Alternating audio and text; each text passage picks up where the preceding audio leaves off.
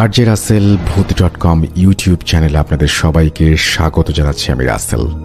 আশা করছি আপনারা সবাই ভালো আছেন এবং ভালোর দলে আছেন। আপনারা ভালোবাসেন বলেই প্রতি বৃহস্পতিবার রাত 11:59 আমরা ফিরে আসি এই ইউটিউব চ্যানেলটিতে। আমরা চাই আপনারা প্রতিনিয়ত জেনে যান কোন ঘটনাটি আজকে আমরা শোনাবো আপনাদেরকে, আর সেই জন্যই আমাদের এই চ্যানেলটি আপনারা সাবস্ক্রাইব করুন। আমাদের ঘটনাগুলি যদি আপনাদের ভালো লাগে তাহলে অবশ্যই লাইক দিন, কমেন্ট করুন এবং শেয়ার করুন। আর সেই সাথে সব সময় আপডেট পেতে আপনারা আমাদের ইউটিউব চ্যানেলটি সাবস্ক্রাইব করুন। আশা করছি আজকের এপিসোডটি আপনাদের ভালো লাগবে।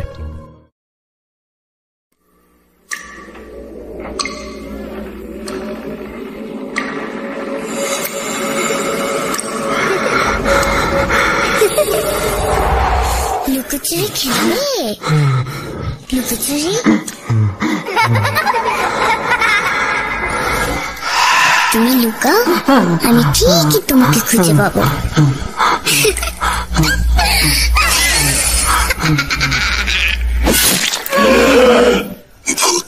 Voot.com with Russell। যেভাবে লেখা আছে আমি সেভাবেই শুরু করছি। প্রিয় রাসেল ভাই, জানি নিশ্চয়ই ভালো আছেন এবং নিরাপদে আছেন। আমি দীপ্ত, ভূত.com এর একজন অফিসিয়াল স্টোরি টেলার বলছিলাম সিলেট থেকে। বেশ কিছুদিন পর আজ আবার একটি ছোট ঘটনা নিয়ে হাজির হয়েছি।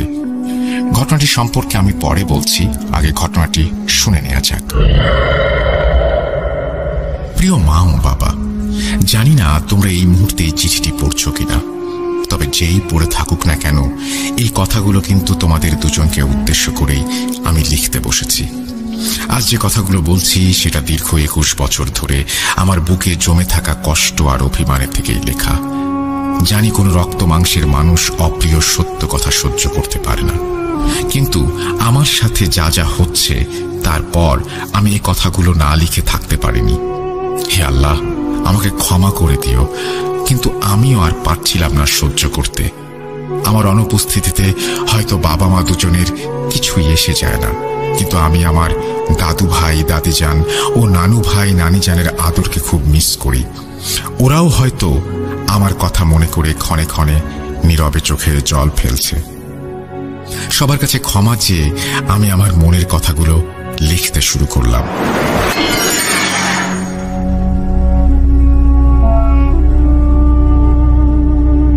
ছোটবেলা থেকে আমি প্রচন্ড অনাদর অবহেলায় বড় হয়েছি। কেন হয়েছি সেটাও আমার জানা নেই।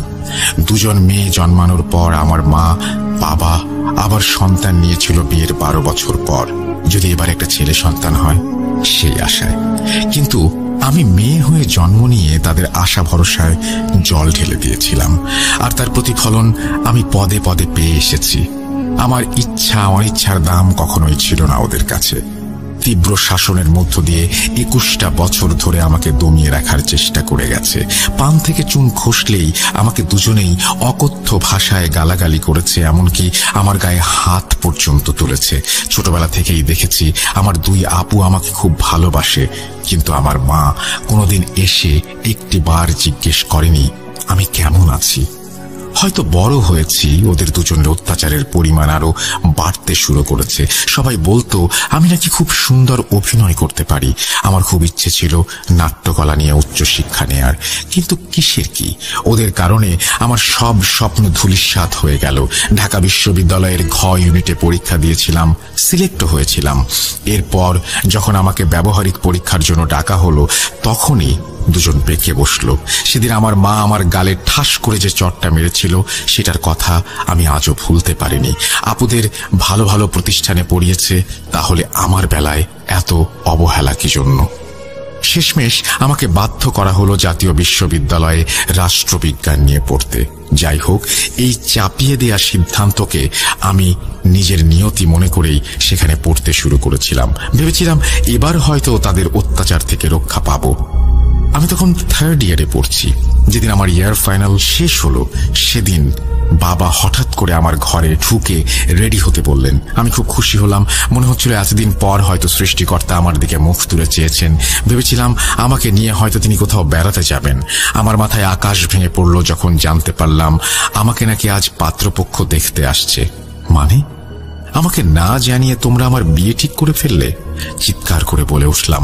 আমি নিজেকে ধরে রাখতে পারছিলাম না। প্রচন্ড রাগের বশে মনে হচ্ছিল মাটির সাথে মিশে যাই। আমি চেয়েছিলাম পড়ালেখা শেষ করে তারপর নিজের পায়ে দাঁড়িয়ে তবেই বিয়ের চিন্তা ভাবনা করব। তবু কি মনে করে যেন একটা শাড়ি পরে কোনো মতে সেজে নিলাম। পাত্রপক্ষের লোকরা আসার পর ওদের সামনেই আমি খোলাখুলি বলে ফেলি যে আমি এই মুহূর্তে বিয়ে করার কোনো ইচ্ছে করছি না। এটা শুধুমাত্র আমার মা বাবার জেদ আর এক রোখামির পরিণাম। এই কথা শুনে ছেলের বাড়ির লোকজন বিষয়টা একটা মীমাংসা করে দিয়ে চলে যান। বিয়েটা ভেঙে যায়। আমি অনেক অবাক হয়েছিলাম তখন, কারণ বাবা মা আমাকে সে সময় কিছুই বললেন না।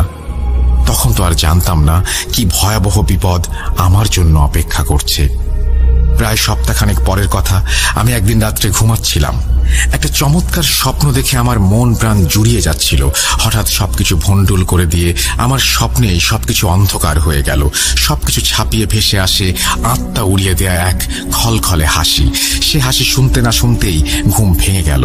চোখ মেললাম, ঘুটঘুটে অন্ধকার। পুরো ঘরটা অস্বাভাবিক রকমের শীতল। মাথাটা যেন হ্যাং হয়ে আসছে। ষষ্ঠ ইন্দ্রিয় তীব্রভাবে আমাকে জানান দিচ্ছে অন্য কারো উপস্থিতি। ভয়ে আমার সারা শরীর শিউরে উঠল। শরীরে প্রচন্ড ঘাম ঝরছে। তন্দ্রা তখনও কাটেনি। এমন সময় মনে হলো ঘরের ভেতরে গমগমে স্বরে ফিস ফিস করে কেউ বলছে, কাজটা ঠিক করলি না, পচতাতে হবে তোকে, এখনো সময় আছে, ভেবে দেখ। চোখ মেলে দেখি খাঁ খাঁ রোদ। ঘড়ির দিকে তাকিয়ে দেখি দুপুর 12টা বেজে গেছে। কি আশ্চর্য যে আমি ছেলেবেলা থেকেই সকাল 7টার আগে ঘুম থেকে উঠে যাই, সেই আমি কিনা আজ দুপুর 12টায় উঠলাম। কাল রাতে যা যা হয়েছিল তা বেশ মনে পড়ছে। আবারও শরীরের রোম দাঁড়িয়ে গেল। মনে হলো যে হয়তো একদিনই দুঃস্বপ্ন দেখেছি, আর কিছু হবে না আমার। ভয়ের মাত্রা ক্রমশই বাড়তে লাগলো, কারণ আমি ভেবেছিলাম আমার সাথে এমন হবে না, কিন্তু আমি ভুল ছিলাম। এরপর প্রত্যেকটা রাতের বেলা একই স্বপ্ন, একই জিনিস স্বপ্নে এবং বাস্তবে আমার সাথে ঘটতে থাকলো। কথাগুলো হুবহু একই। কাউকে যে বলবো সেটাও সম্ভব না। তবুও সাহস করে একদিন 2 আপুকে ফোন করে বলে ফেললাম সবকিছু। দুজনেই পুরো বিষয়টাকে মনের ভুল ভেবে উড়িয়ে দিল। 2 দিন চলে গেল। গতকাল পরিষ্কার করতে গিয়ে আবিষ্কার করি আমার ঘরে ছোট রূপার তাবিজ। এটা আমার ঘরে কি করে এলো বুঝতে পারছিলাম না। সাহস করে মা বাবাকে দেখালাম। তাবিজটা দেখে দুজনেই বেশ বিচলিত হয়ে পড়লেন। আমি ভেবেছিলাম ওদের কোনো ভাবান্তর হবে, কিন্তু আমাকে অবাক করে দিয়ে ওরা আমাকে আশ্বাস দিয়ে বলল যে ওরা নাকি চেষ্টা করবে এই সমস্যার সমাধানের। কিন্তু মা বাবার কথায় কেন জানি না আমি ঠিক বিশ্বাস করতে পারছিলাম না, কারণ ওরা আমার জন্য কোনো কিছুই করেননি কোনোদিন। ভাবলাম যা করার আমাকেই করতে হবে। আমার বেস্ট ফ্রেন্ডকে জানানোর পর ও বলল একজন কবিরাজের কথা, যিনি এর আগে ওদের পরিবারের সমস্যার সমাধান করে দিয়েছিলেন। কলেজ যাবার নাম করে গেলাম একদিন সেই কবিরাজের কাছে। যাবার সময় তাবিজটি সাথে করে নিয়ে গেলাম। তিনি সবকিছু দেখে অনেক কিছু জিজ্ঞাসা করলেন। আমি তার কাছে সেই প্রথম সবকিছু খুলে বললাম। কবিরাজ চাচা আমার হাত থেকে তাবিজটা নিলেন। তাবিজটা মোম গলিয়ে তার ভেতর থেকে একটা কাগজ বের করলেন। কাগজটিতে ছোট ছোট করে কি সব লেখা, ঠিক বোঝা যাচ্ছিল না। কবিরাজ একটু কষ্ট করে সবটা পড়ে নিয়ে আমাকে যা বললেন তা শোনার জন্য আমি প্রস্তুত ছিলাম না। কবিরাজ চাচা বললেন, তোমার মা বাবা তোমার উপরে কালো জাদু প্রয়োগ করেছে। তুমি নিজের বিয়ে ভেঙে দেওয়ায় তারা তোমার উপর খুবই ক্ষিপ্ত, কারণ তোমার ওই বিয়ের বিনিময়ে তোমার মা বাবা পাত্রপক্ষ থেকে প্রচুর টাকা পয়সা ও সম্পত্তি পেতে যাচ্ছিল। কারণ নানান কারণে ছেলেটির বয়স পেরিয়ে গেছে, কিন্তু বিয়ে হচ্ছিল না। সেই বিয়ে ভেঙে যাওয়ায় তোমার মা বাবা তোমার উপর বদ জিন চালান করেছেন, যাতে তোমাকে এই পৃথিবীর মায়া ত্যাগ করতে হয়। কথা শুনে আমার পায়ের নিচ থেকে মাটি সরে গেল। ছোটবেলা থেকেই আমার জন্মদাতা মা বাবার 2 চোখের বিষ ছিলাম আমি, কিন্তু তাই বলে আমাকে মেরে ফেলার জন্য ওরা কালো জাদুর মতন ভয়ঙ্কর কিছু সাহায্য নেবেন সেটা আমি স্বপ্নেও ভাবতে পারিনি।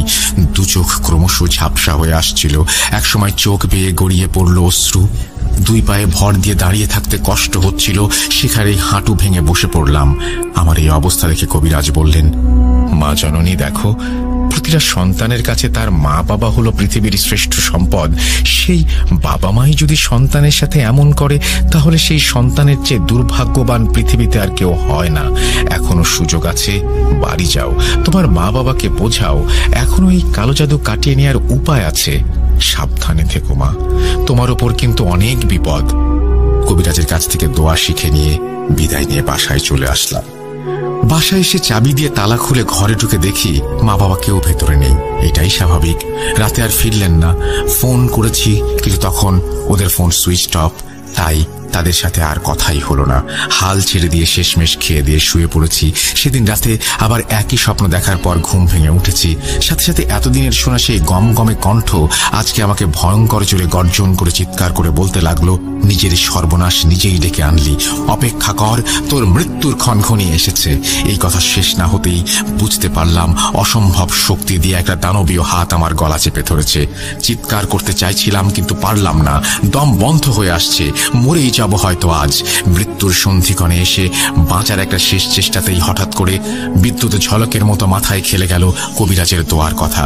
মনে মনে সেই দোয়া পড়তে থাকি। মনে হলো গলার ওপর থেকে সেই চাপটা যেন এক ঝটকায় সরে যায়। এরপর আর কিছুই মনে ছিল না। চোখ মেরে দেখি ফজরের আজান দিচ্ছে। আমার ধীরে ধীরে সবকিছু মনে পড়ে। আমি মানসিকভাবে ভেঙে পড়ছি। সিদ্ধান্ত নিলাম, যা পাপ করার আমার মা বাবা তো করেই ফেলেছে, আমি তাদের সন্তান হয়ে তো সেই পাপকে আর বাড়াতে দিতে পারি না। তাই তাদের পাপকে লঘু করার জন্য আমি নিজের মাথায় এত বড় পাপের বোঝা বয়ে নিলাম। সবাই আমাকে ক্ষমা করে দিও, আমি ছেড়ে দিচ্ছি এই পৃথিবীর মায়া। আর হ্যাঁ, আর একটা কথা, এটা কিন্তু সম্পূর্ণ আমার সিদ্ধান্ত। আমার মৃত্যুর জন্য কেউ দায়ী নয়। সবাই ভালো থেকো, বিদায়। রাসেল ভাই, এতক্ষণ যে ঘটনাটি আপনি পড়ে শোনালেন সেটা আসলে একটি সুইসাইড নোট। 2015 সালে ঘটা একটি ঘটনা। মেয়েটি সুইসাইড করার পর থেকে এখনো পর্যন্ত তার মা বাবার কোনো খোঁজ খবর পাওয়া যায়নি। ওই বাড়ি থেকে অনেক দিন পর্যন্ত কোনো সারা শব্দ না পাওয়ায় প্রতিবেশীরা দরজা ভেঙে ঘরে ঢোকে এবং মৃতদেহ ওই সুইসাইড নোটটি আবিষ্কার করে। পরিবারের মান সম্মান বজায় রাখার স্বার্থে অনেক দিন পর্যন্ত এই ঘটনাটা ধামাচাপা দেওয়া হয়েছিল। খুব গোপন সূত্র থেকে ঘটনাটা পাওয়া, তাই এর চেয়ে বেশি আর কিছু বলছি না।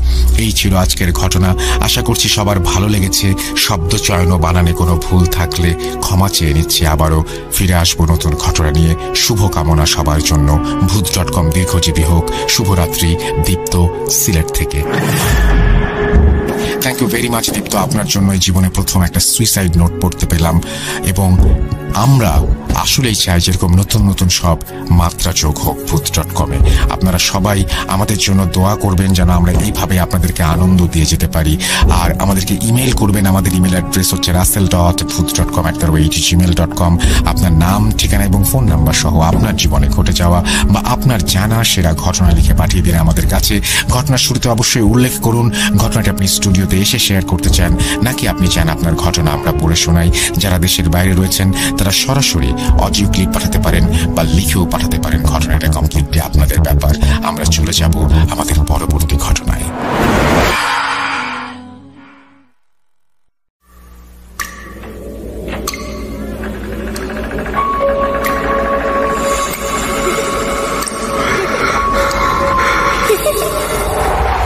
লুকোচুরি খেলে?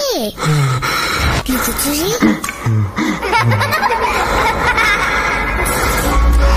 তুমি লুকাও, আমি ঠিকই তোমাকে খুঁজে পাবো।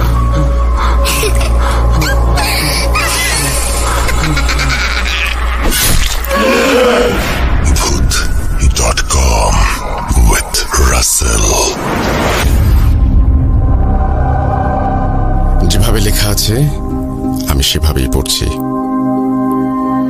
17 ডিসেম্বর 2003, বুধবার। সময়টা ঠিক সকাল 6:53। স্বাভাবিক আর 5টা দিনের মতো সেদিনও সকালে বাবার হাত ধরে রওনা দিয়েছিলাম মাদ্রাসার উদ্দেশ্যে, কিন্তু পৌঁছাতে পারিনি। বাড়ি থেকে বেরিয়ে খানিক এগোতেই দেখি কাশিমপুর খালপাড়ে প্রায় 15-20 জন মানুষ ভিড় করে দাঁড়িয়ে আছে। আর তাদের মধ্যেই কয়েকজন হম্বিতম্বি হয়ে কিছু একটা খুঁজছে কচুরি পানায় ভর্তি খালটাতে। বাবার কাছে দূর থেকে লোকগুলোকে দেখে পূর্ব পরিচিত মনে হওয়ায় আমাকে নিয়েই হাঁটতে লাগলেন খালপাড়ের দিকে। কিন্তু ওখানে গিয়ে আমি যে আমার জীবনের সবচেয়ে বাজে অনুভূতির সম্মুখীন হতে চলেছিলাম সেটা কল্পনাও করতে পারিনি। বাবা হয়তো লোকগুলোর মুখের দিকে তাকিয়ে কিছু একটা আন্দাজ করতে পেরেছিলেন, তাই আমার হাতটা ছেড়ে দিয়ে একটু কাছে গিয়ে দুই একজনের সাথে কথা বলে আবার ফিরে আসলেন। দেখলাম তার চোখ দুটো ছলছল করছে। কিছু না বলে বাবা আমাকে কোলে নিয়ে দাঁড়িয়ে পড়েন সেই লোকগুলোর সাথে। বাবাকে একটু ভয় পেতাম বিধায় কিছু জিজ্ঞেস করার সাহস হচ্ছিল না, তাই সবার মতো আমিও কচুরিপানার দিকে তাকিয়েছিলাম। পুরো খালটাই যেন কচুরিপানার দখলে, কিন্তু হঠাৎ একটা অদ্ভুত জিনিস যেন আমার দৃষ্টিতে আটকে যায়। পুরো খালে যেখানে কচুরিপানার কারণে এক বিন্দু পরিমাণ পানির দেখাও মিলছে না, ঠিক সেখানেই নাকি স্পষ্টভাবে ভেসে উঠেছে একটা চেক শার্টের কাপড়। কয়েকজনকে দেখলাম কচুরিপানা সরিয়ে সাঁতরে সেই কাপড়ের কাছে যাওয়ার চেষ্টা করছে। প্রথমে ব্যাপারটা বুঝতে পারিনি ঠিকই, কিন্তু যে মুহূর্তে একজন সেই কাপড়টা ধরে জোরে একটা টান দিল, সেই মুহূর্তে আমার ভেতরের রুহটা যেন কেঁপে উঠল। ওটা শুধু একটা শার্টের কাপড় ছিল না, ছিল টকটকে লাল রক্তাক্ত চেহারার এক ব্যক্তির লাশ। লাশের হদিস মিলতেই যেন চারিদিকে চিৎকার আর আর্তনাদের বন্যা বইতে লাগলো। খালের পানি থেকে লাশটা তুলে আনার পর তার দিকে তাকিয়ে মনে হচ্ছিল মাত্রই কেউ যেন ধারালো নখ দিয়ে আঁচড়ে তার মুখের মাংস ছিঁড়ে নিয়েছে। কিন্তু কে এই ব্যক্তি, আর কেনই বা এমন নির্মমতার শিকার হতে হয়েছে তাকে? জানবো, তবে তার আগে সবাইকে জানাই ঈদুল আজহার অনেক অনেক শুভেচ্ছা। আসসালামু আলাইকুম রাসেল ভাই এবং প্রিয় শ্রোতা, আশা করি আপনারা সবাই ভালো আছেন এবং সুস্থ আছেন। আমি মুস্তফা আলম রোমান আজ আবারও আপনাদের মাঝে হাজির হয়েছি নতুন একটি ঘটনা নিয়ে। আজ আমি যে ঘটনাটি শেয়ার করতে চলেছি সেটা সংগ্রহ করেছি আমাদেরই একজন লিসনারের কাছ থেকে। ওনার নাম মোহাম্মদ বোরহান আহমেদ এবং বর্তমানে উনি একজন সৌদি প্রবাসী। যাই হোক, সময় নষ্ট না করে সরাসরি ঘটনায় যাওয়া যাক। ঘটনাটি বোরহান ভাই আমাকে ঠিক যেভাবে বলেছেন আমিও ঠিক সেভাবেই লেখার চেষ্টা করছি।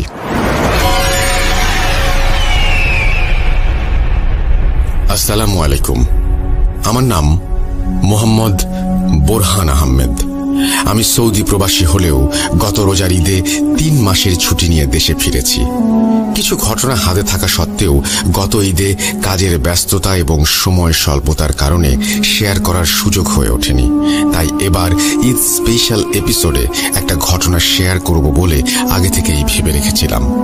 আজ যে ঘটনাটি শেয়ার করব তার কিছু অংশের প্রত্যক্ষদর্শী আমি নিজেই। ঘটনাটি ঘটে আমারই পরিচিত একজন বড় ভাইয়ের সাথে। ওনার নাম মেহেদি হাসান তানভীর এবং উনি পেশায় একজন পুলিশ অফিসার। তানভীর ভাই এবং আমার গ্রামের বাড়ি একই এলাকায়, অর্থাৎ কুমিল্লা জেলার মুরাদনগর থানার পাহাড়পুর ইউনিয়নে 5 পুকুরিয়া গ্রামে। ছেলেবেলায় আমরা একসাথে গ্রামের মাঠে খেলাধুলা করেছি, আড্ডাবাজি আর ঘোরাঘুরিও করেছি। আমাদের সম্পর্কটা আগে থেকেই বেশ ভালো ছিল, কিন্তু পুলিশের চাকরির সুবাদে তানভীর ভাইয়ের পোস্টিং হয় হবিগঞ্জ জেলার বানিয়াচং থানায়। সময়টা তখন হয়তো 2001 কিংবা 2002। কাজের সূত্রে শহরের বাইরে যাবার কারণে তখন থেকেই তানভীর ভাইয়ের সাথে আমার যোগাযোগটা কমে যায়। আর তখন তো মোবাইল ফোনের যুগ ছিল না, তাই খুব একটা দেখা সাক্ষাৎ বা কথা বলার সুযোগও ছিল না। যাই হোক, এরপর থেকে শুধু ঈদের ছুটিতে বা কারো বিয়ের অনুষ্ঠানেই ভাইয়ের সাথে দেখা হতো।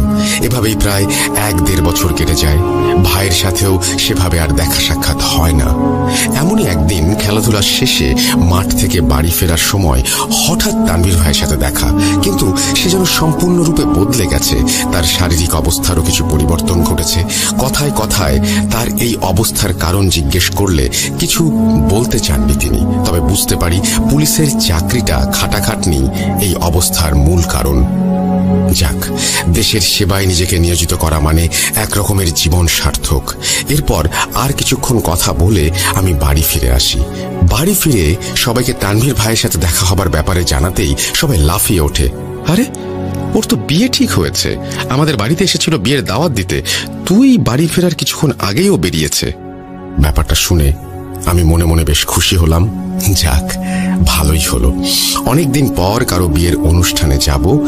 যা হোক, এবার সবকিছু সেই আগের মতোই। কিন্তু কয়েকদিন পর অবাক করা কিছু তথ্য আমার কানে আসে। মূলত তানভীর ভাইয়ের ছোট ভাই ছিল আমার বন্ধু। অদ্ভুতভাবে তার নামটাও রাসেল। একদিন সন্ধ্যায় খেলার মাঠে বসে আড্ডা দিতে দিতে রাসেল জিজ্ঞেস করে, বোরহান, ভূতে বিশ্বাস করিস? ওর প্রশ্ন শুনে আমি একটু অবাক সুরে বললাম, মানে হঠাৎ এমন প্রশ্ন কেন করলি? ও বলল, জানিস, কদিন যাবৎ ভাইয়া খুব অসুস্থ। ডাক্তার দেখানো হয়েছে, কিন্তু কোনো রোগ ধরা পড়েনি। তাই ভাইয়া নিজে থেকে একজন কবিরাজের সাথে দেখা করেছে। সে নাকি বলেছে ভাইয়ার সাথে দুজন জিন আছে। ছোট থাকতে বাবা আর দাদির কাছে ভূত প্রেতের গল্প শুনেছি অনেক, কিন্তু আসলেও যে এমন কিছু মানুষ থাকতে পারে সেটা নিয়ে আমার কোনো ধারণাই ছিল না। তাই রাসেলের কথাটা আমি একটু মজার ছলে নিয়ে বললাম, তুই কি আমার সাথে মজা করছিস? মানুষের সাথে আবার জিন থাকবে কিভাবে? আর তানভীর ভাই একজন পুলিশ অফিসার, উনিও এইসবে বিশ্বাস করবে নাকি? আমার কথা শুনে রাসেল একটু মুচকি হেসে যে কথাটা বলল তা শুনে আমার মনে কিছুটা ভয় ধরে গিয়েছিল। তানভীর ভাইয়ের সাথে কদিন যাবৎ কি কি ঘটেছে সেগুলো একে একে বলতে চাইলেও ওই সন্ধ্যাবেলা আমার সাহসে কুলায়নি। তাই ঘটনাগুলো পরে কখনো শোনাবো বলে সেদিনের মতো বাড়ি ফিরে আসি। কিন্তু এর দুদিন পরেই আমার জীবনে ঘটে যায় এক হৃদয় বিদারক ঘটনা।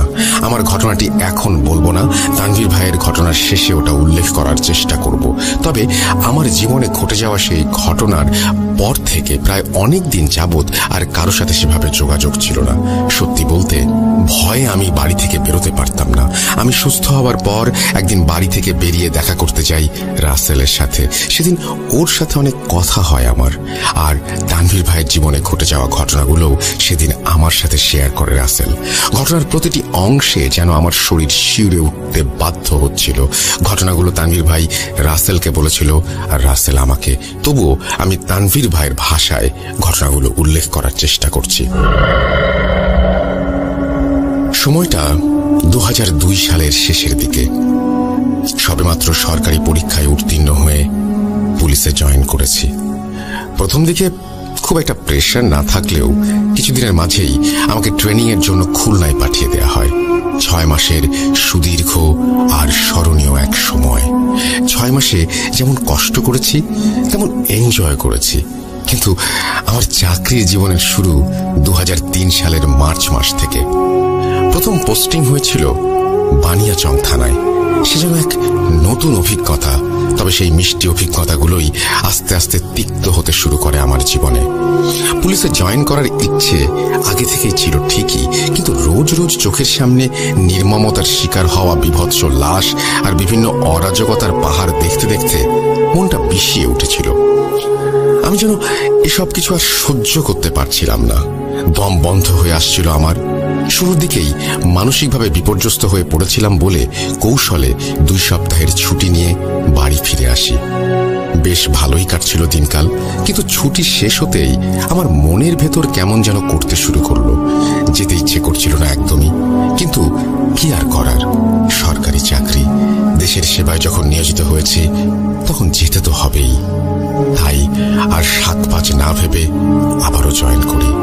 ফিরে আসার পর মাঝে 2-1 মাস বেশ ভালোই কাটছিল, কিন্তু হঠাৎই একদিন আমার থানায় একটা সুইসাইড কেস ফাইল করা হয়। সময়টা তখন হয়তো রাত 8:30। আমাদেরই একজন লোক এসে খবর দিয়ে যায় বানিয়াচংয়ের জুলসুখা গ্রামে একটা মেয়ে গলায় দড়ি দিয়ে আত্মহত্যা করেছে। তাই আমরাও দেরি না করে 2জন কনস্টেবল আর ড্রাইভারকে সাথে নিয়ে বেরিয়ে পড়ি জুলসুখা গ্রামের দিকে। কিন্তু সেই রাতে কেন যেন প্রকৃতি বারবার আমাদের বাধা দিচ্ছিল ওই গ্রামে যেতে। জ্যৈষ্ঠ মাস, চৈত্রের বদলে অনেকেরই নাকি বাংলা এই মাসকে মধুমাস নামে চালিয়ে দেন। সেই রাতে কথাটা যেন আবারও ভুল প্রমাণিত হলো। চারিদিকে অঝোর বর্ষণ আর বজ্রপাত বিচলিত গ্রামের প্রতিটি মানুষ। আমরাই বা কম কি? হাজার হোক পুলিশ বলে কথা, এমন দুর্যোগ ঠেলে সাধারণ মানুষের পাশে দাঁড়ানোর দায়িত্বটাই তো হাতে নিয়েছি আমরা।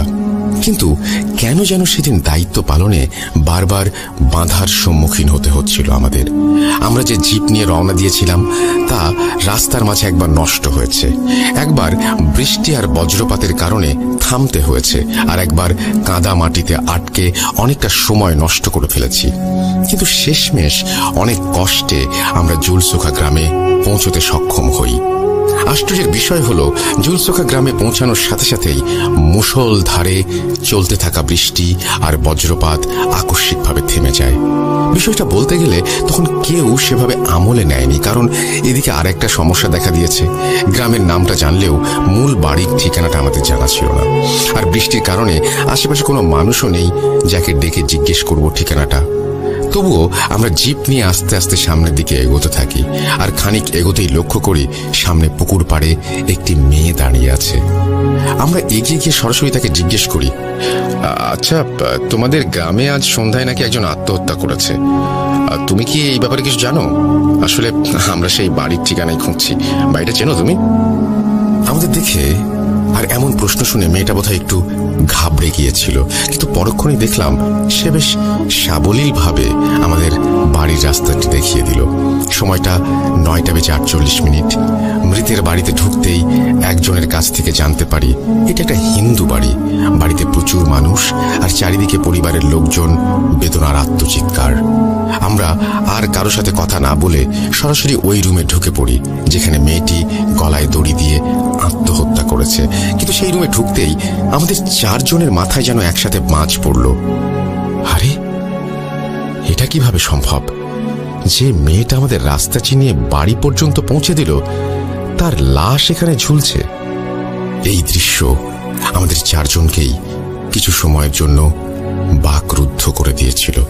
আমরা বারবার একে অপরের মুখের দিকে তাকাচ্ছিলাম আর ভাবছিলাম, আমরা কি আদৌ ঠিক দেখেছি?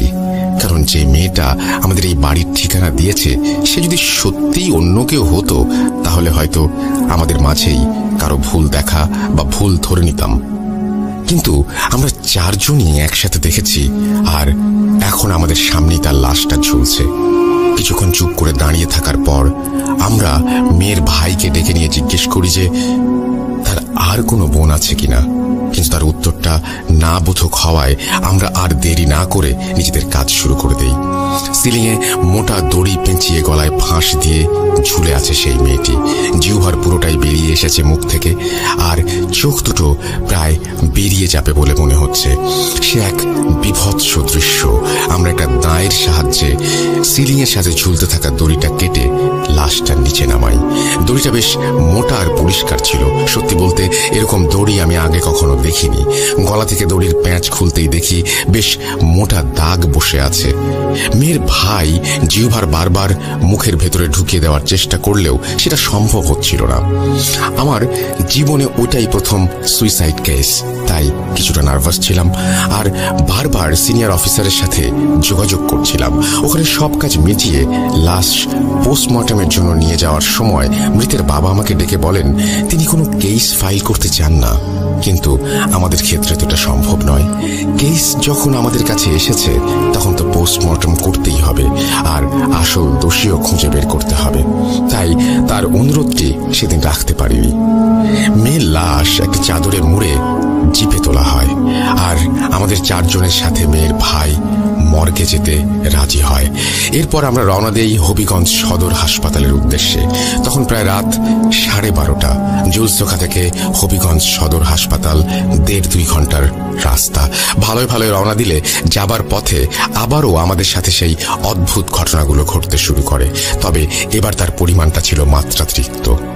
আমরা যখনই লাশটা নিয়ে জুলসোখা গ্রামের বাইরে বেরিয়েছি, ঠিক তখনই আচমকা দমকা হাওয়ার সাথে মুষলধারে বৃষ্টি আর বজ্রপাত শুরু। কিন্তু এবার আর বৃষ্টি থামার জন্য আমরা কোথাও অপেক্ষা করিনি। জুলসোখা পার হবার পর প্রায় 10-15 মিনিট কোনো সমস্যা হচ্ছিল না, কিন্তু তারপরেই হঠাৎ করে সবকিছু পাল্টে যেতে থাকে। 60 কিলোমিটার স্পিডে চলতে থাকা গাড়ি যেন এবার 30 কিলোমিটার স্পিড তুলতে পারছে না।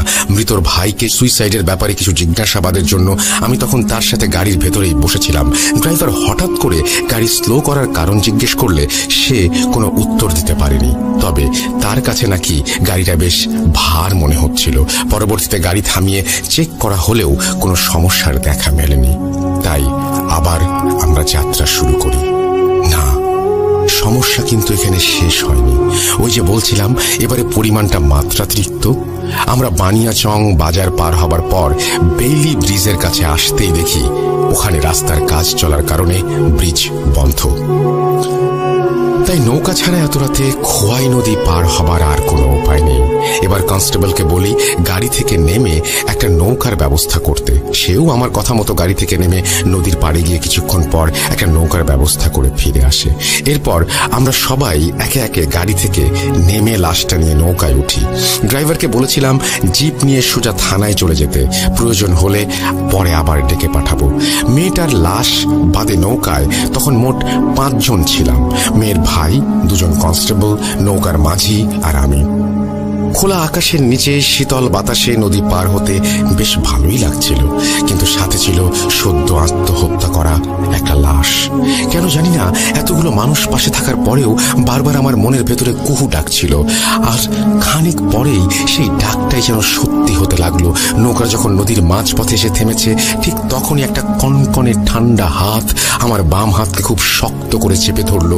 আমি ভয়ে আমার হাতটা হ্যাঁচকা টান দিয়ে দেখি মেয়েটার শরীর শূন্যে ভেসে আমার নৌকার উপর আছাড় খেলো।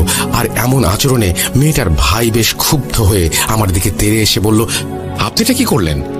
কেন আপনি আমার বোনের হাতটা ধরে টান দিলেন? কিন্তু কেন যেন আমি কিছুই বলতে পারছিলাম না তাকে। হয়তো খুব ভয় পেয়েছিলাম। একটা সময় কিছু না বলতে পেরে আবার বাম হাতটা এগিয়ে দিলাম তার দিকে আর ইশারা করলাম হাতের ওপর থাকা দাগগুলো দেখার জন্য। এরপর হয়তো তিনি কিছু একটা আন্দাজ করতে পেরেছিলেন, তাই কিছু না বলে আবার গিয়ে চুপ করে বসে পড়লেন। এরপর নৌকায় থাকাকালীন আর কোনো সমস্যা হয়নি ঠিকই, কিন্তু নদী পার হতে যেখানে 10 মিনিট লাগে সেখানে নৌকা যেন একদমই এগোচ্ছিল না। মাঝিকে অনেকবার কারণটা জিজ্ঞেস করেছি, কিন্তু সে কোনোভাবেই উত্তর দেয়নি। আমাকে বারবার প্রশ্ন করতে দেখে এক সময় একজন কনস্টেবল বলে ওঠে, স্যার, ওনাকে আর কিছু জিজ্ঞেস করার প্রয়োজন নেই, ইনশাল্লাহ খুব তাড়াতাড়ি পৌঁছে যাব। ওর কথা শুনে আমি আর কিছু বলিনি, কিন্তু নদী পার হতে সেদিন আমাদের 1 ঘন্টারও ওপরে সময় লেগেছিল। তবে নৌকা থেকে নামার সময় আবারও সেই ঘটনার পুনরাবৃত্তি। আমরা 4 জন যখন লাশটা নিয়ে নৌকা থেকে নামছিলাম, ঠিক তখনই লাশটা আবারও তার একটা হাত দিয়ে আমার ডান হাতটা শক্ত করে চেপে ধরে। এবার আমি ভয়ে লাশটা ছেড়ে দেই আর সেটা মাটিতে পড়ে যায়। ঠিক আগের বারের মতোই মেয়ের ভাই ক্ষিপ্ত হয়ে আমার দিকে তেড়ে আসেন, কিন্তু এবার আমি তাকে সবটা খুলে বলি আর হাতের দাগগুলো দেখাই। তিনি বিষয়টা বুঝতে পারেন আর বলেন, এরপর আপনাকে আর লাশ ধরতে হবে না, আমরা 3 জন কোনোভাবে চেষ্টা করে হাসপাতাল পর্যন্ত নিয়ে যাব। লাশ নিয়ে যখন নদীর ওপারে নামি তখন প্রায় ভোর হতে চলেছে।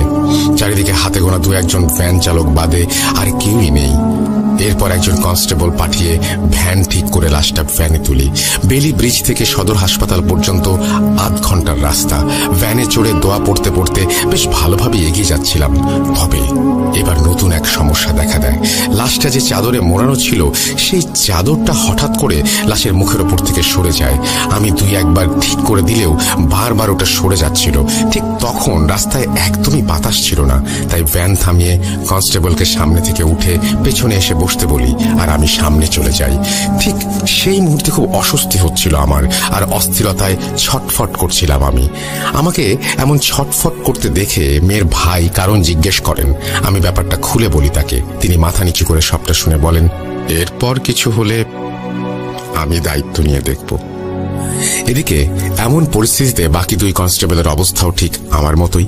যা হোক, অনেক কষ্টে শেষমেশ আমরা হাসপাতাল পর্যন্ত পৌঁছাই, আর ওখানে নেমেই আমি সরাসরি ডাক্তারের সাথে কথা বলে লাশটা মর্গে পাঠিয়ে দেওয়ার ব্যবস্থা করি।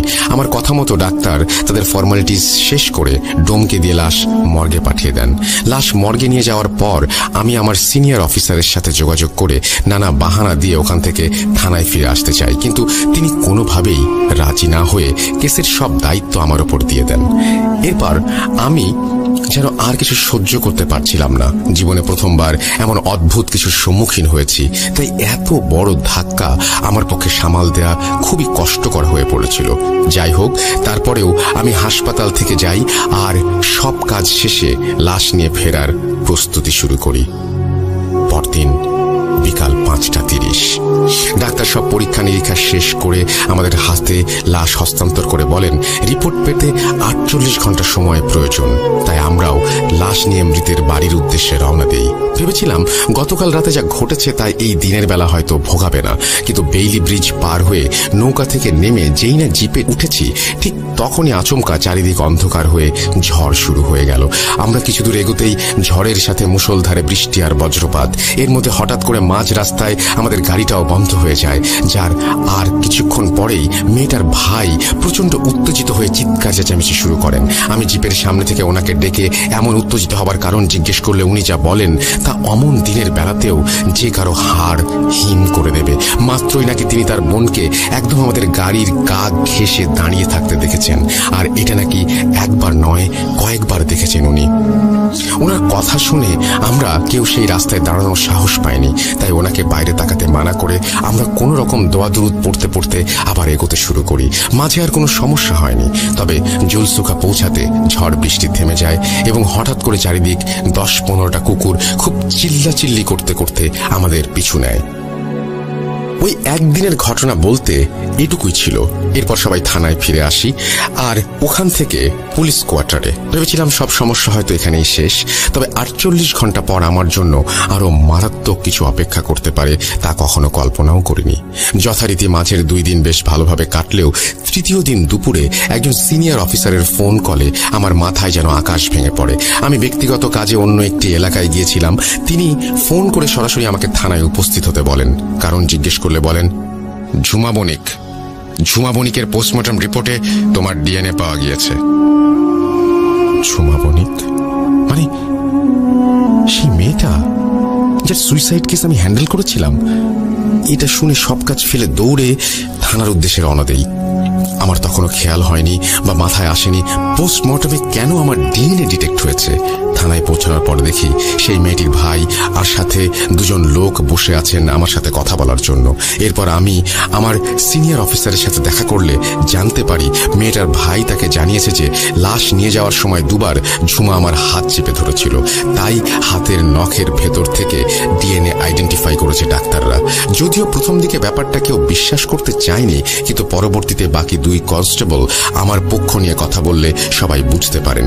যেহেতু আমার মেয়ের পরিবার থেকে বারবার কেসটি ক্লোজ করে দিতে বলা হচ্ছিল, সেহেতু আমার সিনিয়র অফিসাররা নিজেদের মধ্যে আলোচনার ভিত্তিতে কেসটা ক্লোজ করে দেন। কিন্তু আমার কাজ তখনও শেষ হয়নি। কয়েকটা সিগনেচার আর বেশ কিছু কাজে সেদিন আমাকে আবার হবিগঞ্জ সদর হাসপাতালে যেতে হয়েছিল। কাজ শেষে ওখান থেকে বেরোতেই দেখি একজন মধ্যবয়স্ক লোক দূর থেকে হাতে ইশারা করে আমাকে ডাকছেন। এগিয়ে যেতেই উনি বলতে শুরু করেন, আসসালামু আলাইকুম স্যার, আমাদের চিনছেন? আমি এই হাসপাতালের ডোম। ওই যে সেদিন আত্মহত্যা করা মেয়েটা, আপনারা লাশ নিয়ে আসছিলেন না, ওইটার অটোপসি আমি করেছিলাম। কাজ শেষে ওই দিন আমি আপনাদের অনেক খুঁজছি, কিন্তু পাই নাই। আজকে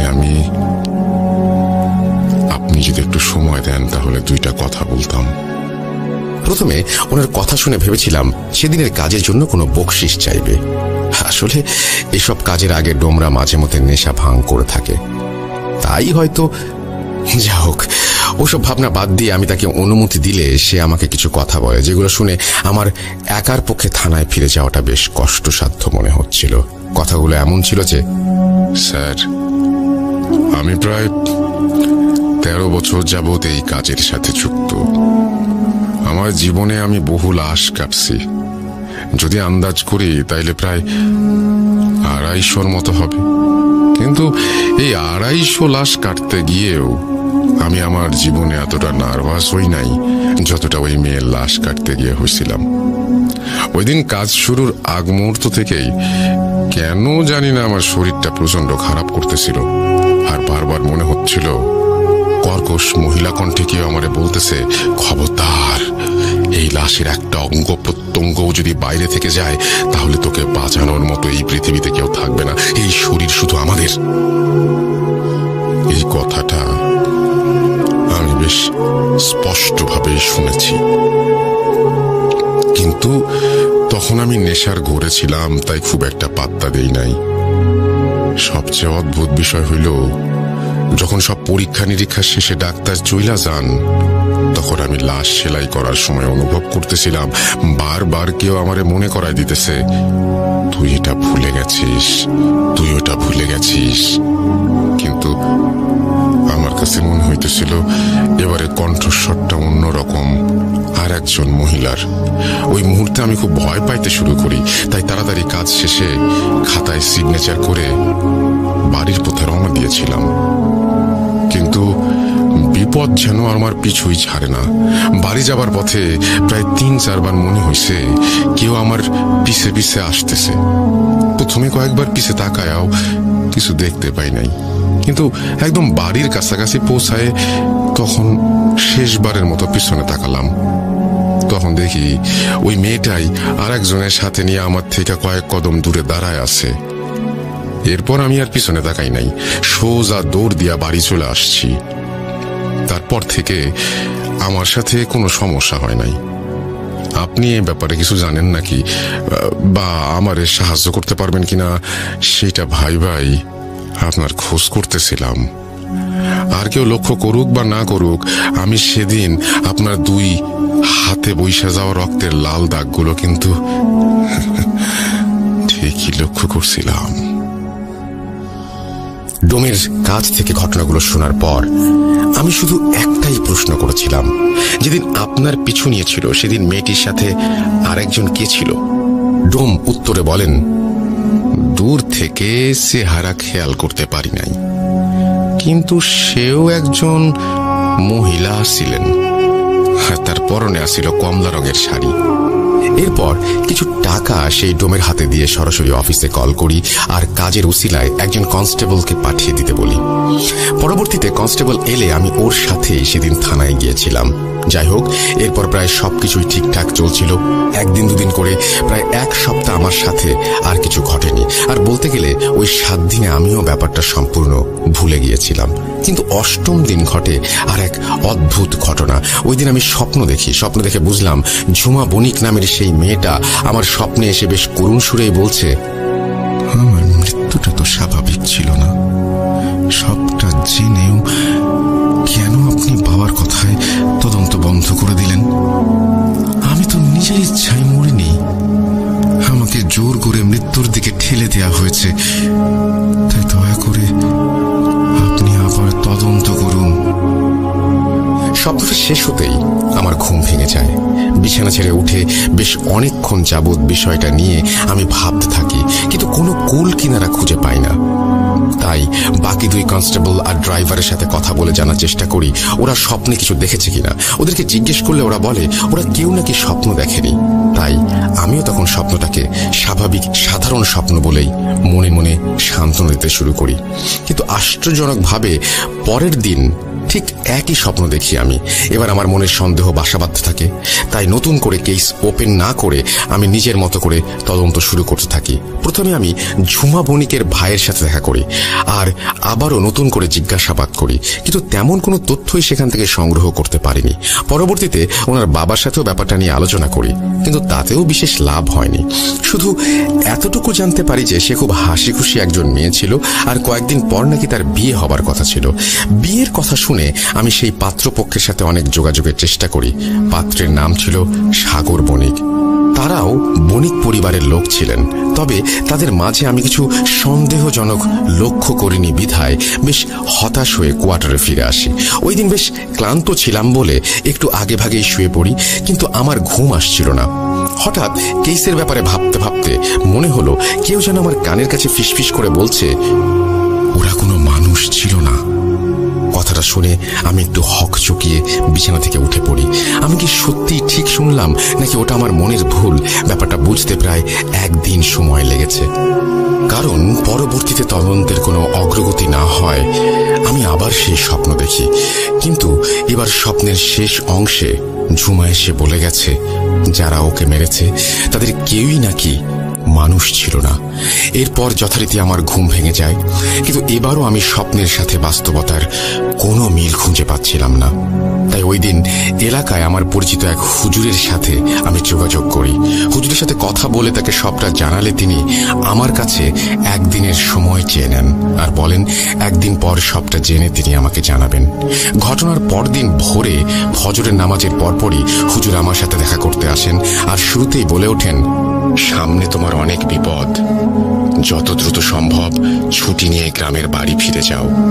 আমি হুজুরকে এর কারণ জিজ্ঞেস করলে তিনি বলেন এই মুহূর্তে আমার সাথে নাকি দুটো বদ জিন আছে যারা কৌশলে আমার ক্ষতি করতে চাইছে। যত দ্রুত সম্ভব আমাকে গ্রামের বাড়ি চলে যেতে বলছেন, কিন্তু হুটহাট করে তো আর ছুটি পাওয়া সম্ভব নয়। আর আমি এটাও বুঝতে পারছিলাম যে দুটো জিন আমার পিছুই বা কেন নিয়েছে, এটা আমার মাথায় কিছুতেই আসছিল না। যা হোক, তারপরেও হুজুরের কথা মতো আমি ছুটির আবেদন করি, তবে যথাযথ কারণ দেখাতে না পারায় ছুটি ক্যান্সেল হয়ে যায়। হুজুরের সাথে কথা বলে কিছুটা টোটকা নিয়ে আমি এরপর দুদিন বিষয়টি নিয়ে ভাবতে থাকি, কিন্তু আমি কোনো সূত্র খুঁজে পাচ্ছিলাম না। কারণ আমার সাথে যদি কোনো বদজিন থাকে তাহলে তাদের কোনো আভাস আমি কেন পাচ্ছি না? আর কোনোভাবে তারা তো আমাকে দেখা দিবে বা ভয় দেখানোর চেষ্টা করবে। এক্ষেত্রে তো সেটাও ঘটছে না, শুধু স্বপ্নটাই দেখছি, আর সেটাও বেশ স্বাভাবিক। এদিকে বিষয়গুলো নিয়ে ভাবতে ভাবতে তদন্তের কাজে আবার কিছু বাধা পড়ে যায়। তাই হয়তো তৃতীয় দিন আমি আবার স্বপ্নটা দেখি, কিন্তু এবার বোধহয় ঝুমা আমার উপর কিছুটা বিরক্ত ছিল। ঠিক আগের বারের মতোই সব কথা সে আমাকে বলছে, কিন্তু এবার তার মুখে একটা বিরক্তির ছাপ লক্ষ্য করছিলাম আমি। তাই সকালে ঘুম ভাঙতেই আমি আবারও ভালো একজন হুজুরের খোঁজ করতে থাকি। সৌভাগ্যক্রমে এক বন্ধুর কাছে তার পরিচিত ভালো একজন হুজুরের খোঁজ পাই। বন্ধুর মাধ্যমেই ফোনে তার সাথে যোগাযোগ করলে বিকেলে একটি নির্দিষ্ট জায়গায় গিয়ে তার সাথে দেখা করে আসতে বলেন।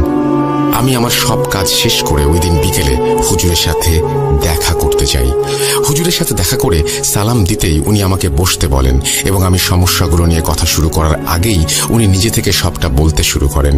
কিন্তু উনি যে কথাগুলো বলছিলেন তা শুনে যে কারো হুঁশ উড়ে যেতে পারে। তিনি আমাকে দেখেই বলতে লাগলেন, তুমি যে হিন্দু মেয়েটার সুইসাইড কেস হ্যান্ডেল করছো, সে তো সাধারণ কেউ ছিল না, আর তার মৃত্যুও স্বাভাবিকভাবে ঘটেনি। তুমি কি জানো সে তন্ত্র সাধনা করত? গেল বছরের অক্টোবর মাসে সে একজন মহিলা তান্ত্রিকের কাছ থেকে তন্ত্রবিদ্যা গ্রহণ শুরু করেছিল। কিছুদিন যাবার পর বেশ ভালোভাবেই রপ্ত করেছিল কালো জাদুর খুঁটিনাটি, কিন্তু বিপত্তি বাঁধে অন্য জায়গায়। তার গুরু অর্থাৎ সেই মহিলা তান্ত্রিকের উদ্দেশ্য মোটেই ভালো ছিল না। সে চাইছিল মেয়েটিকে তন্ত্রবিদ্যায় পারদর্শী করে নিজের কাজে লাগাবে। তবে ঝুমা মানে সেই মেয়েটি নিজে কিছুটা বিদ্যা অর্জনের পর সেই মহিলা তান্ত্রিকের সাথে যোগাযোগ বন্ধ করে দিতে চেয়েছিল। তার মূল কারণটা যদিও আমার জানা নেই। আর এর রেশ ধরেই সেই তান্ত্রিক ক্ষিপ্ত হয়ে ওঠে এবং তাকে বশে নিয়ে একটি বদজিনের মাধ্যমে মেয়েটিকে হত্যা করে। এখানে আরো একটা বিষয় আছে। তোমার হয়তো মনে প্রশ্ন জাগতে পারে যে আগে যার সাথে যোগাযোগ করেছিলেন তিনি কেন দুটো জিনের কথা বলেছেন, আর হাসপাতালের ডমি বা কেন বলেছিল যে সেদিন রাতে দুজন তার পিছু নিয়েছে। সম্ভবত মেয়েটা মারা যাবার আগে কোনো কাজ অসমাপ্ত রেখে গিয়েছিল, আর তার সাথে একটা বদ জিন ছিল। পরবর্তীতে হয়তো মহিলা তান্ত্রিক সেই জিনটাকেও কোনোভাবে নিজের বশে এনে দলবদ্ধভাবে কাজটা করার চেষ্টা করেছে, আর তাই সেই দুটো জিন একসাথে মানুষকে ভয় দেখিয়ে বেড়াচ্ছে। হুজুরের কথাগুলো শুনে আমি কিছুক্ষণ চুপ করে বসেছিলাম। কি বলবো, কি জিজ্ঞেস করব, কিছুই আমার মাথায় আসছিল না। তবে আমার পেছনে কেন এসেছে আর এখান থেকে পরিত্রাণের উপায় জানতে চাইলে তিনি ঠিক একই কথা বলেন। আমার স্বপ্নে আসার মূল কারণটা নাকি তিনিও জানেন না, কিন্তু গ্রামের বাড়ি ফিরে গেলে এর একটা সমাধান হবে বলে তিনি জানান। সাথে কিছু দোয়া শিখিয়ে দেন এবং প্রতিদিন সেগুলো পড়তে বলেন। ফিরে আসার আগে হুজুর আমাকে এই তদন্ত বন্ধ করে দিয়ে রহস্যের গভীরে যেতে মানা করেন। আমি ঠিক ঠিক জানি না তিনি আসলে কি বোঝাতে চেয়েছিলেন ওই দিন। হুজুরের সাথে কথা বলা শেষে বেশ ভয়ের তো হৃদয় নিয়েই কোয়ার্টারে ফিরছিলাম আমি। ঠিক তখনই থানা থেকে একজন ফোন করে জানান জুলসুখা গ্রামে কিছু লোকের মাঝে জমি জমা বিষয় সম্পত্তি নিয়ে দ্বন্দ্ব বেঁধেছে এবং হাতাহাতিও হয়েছে।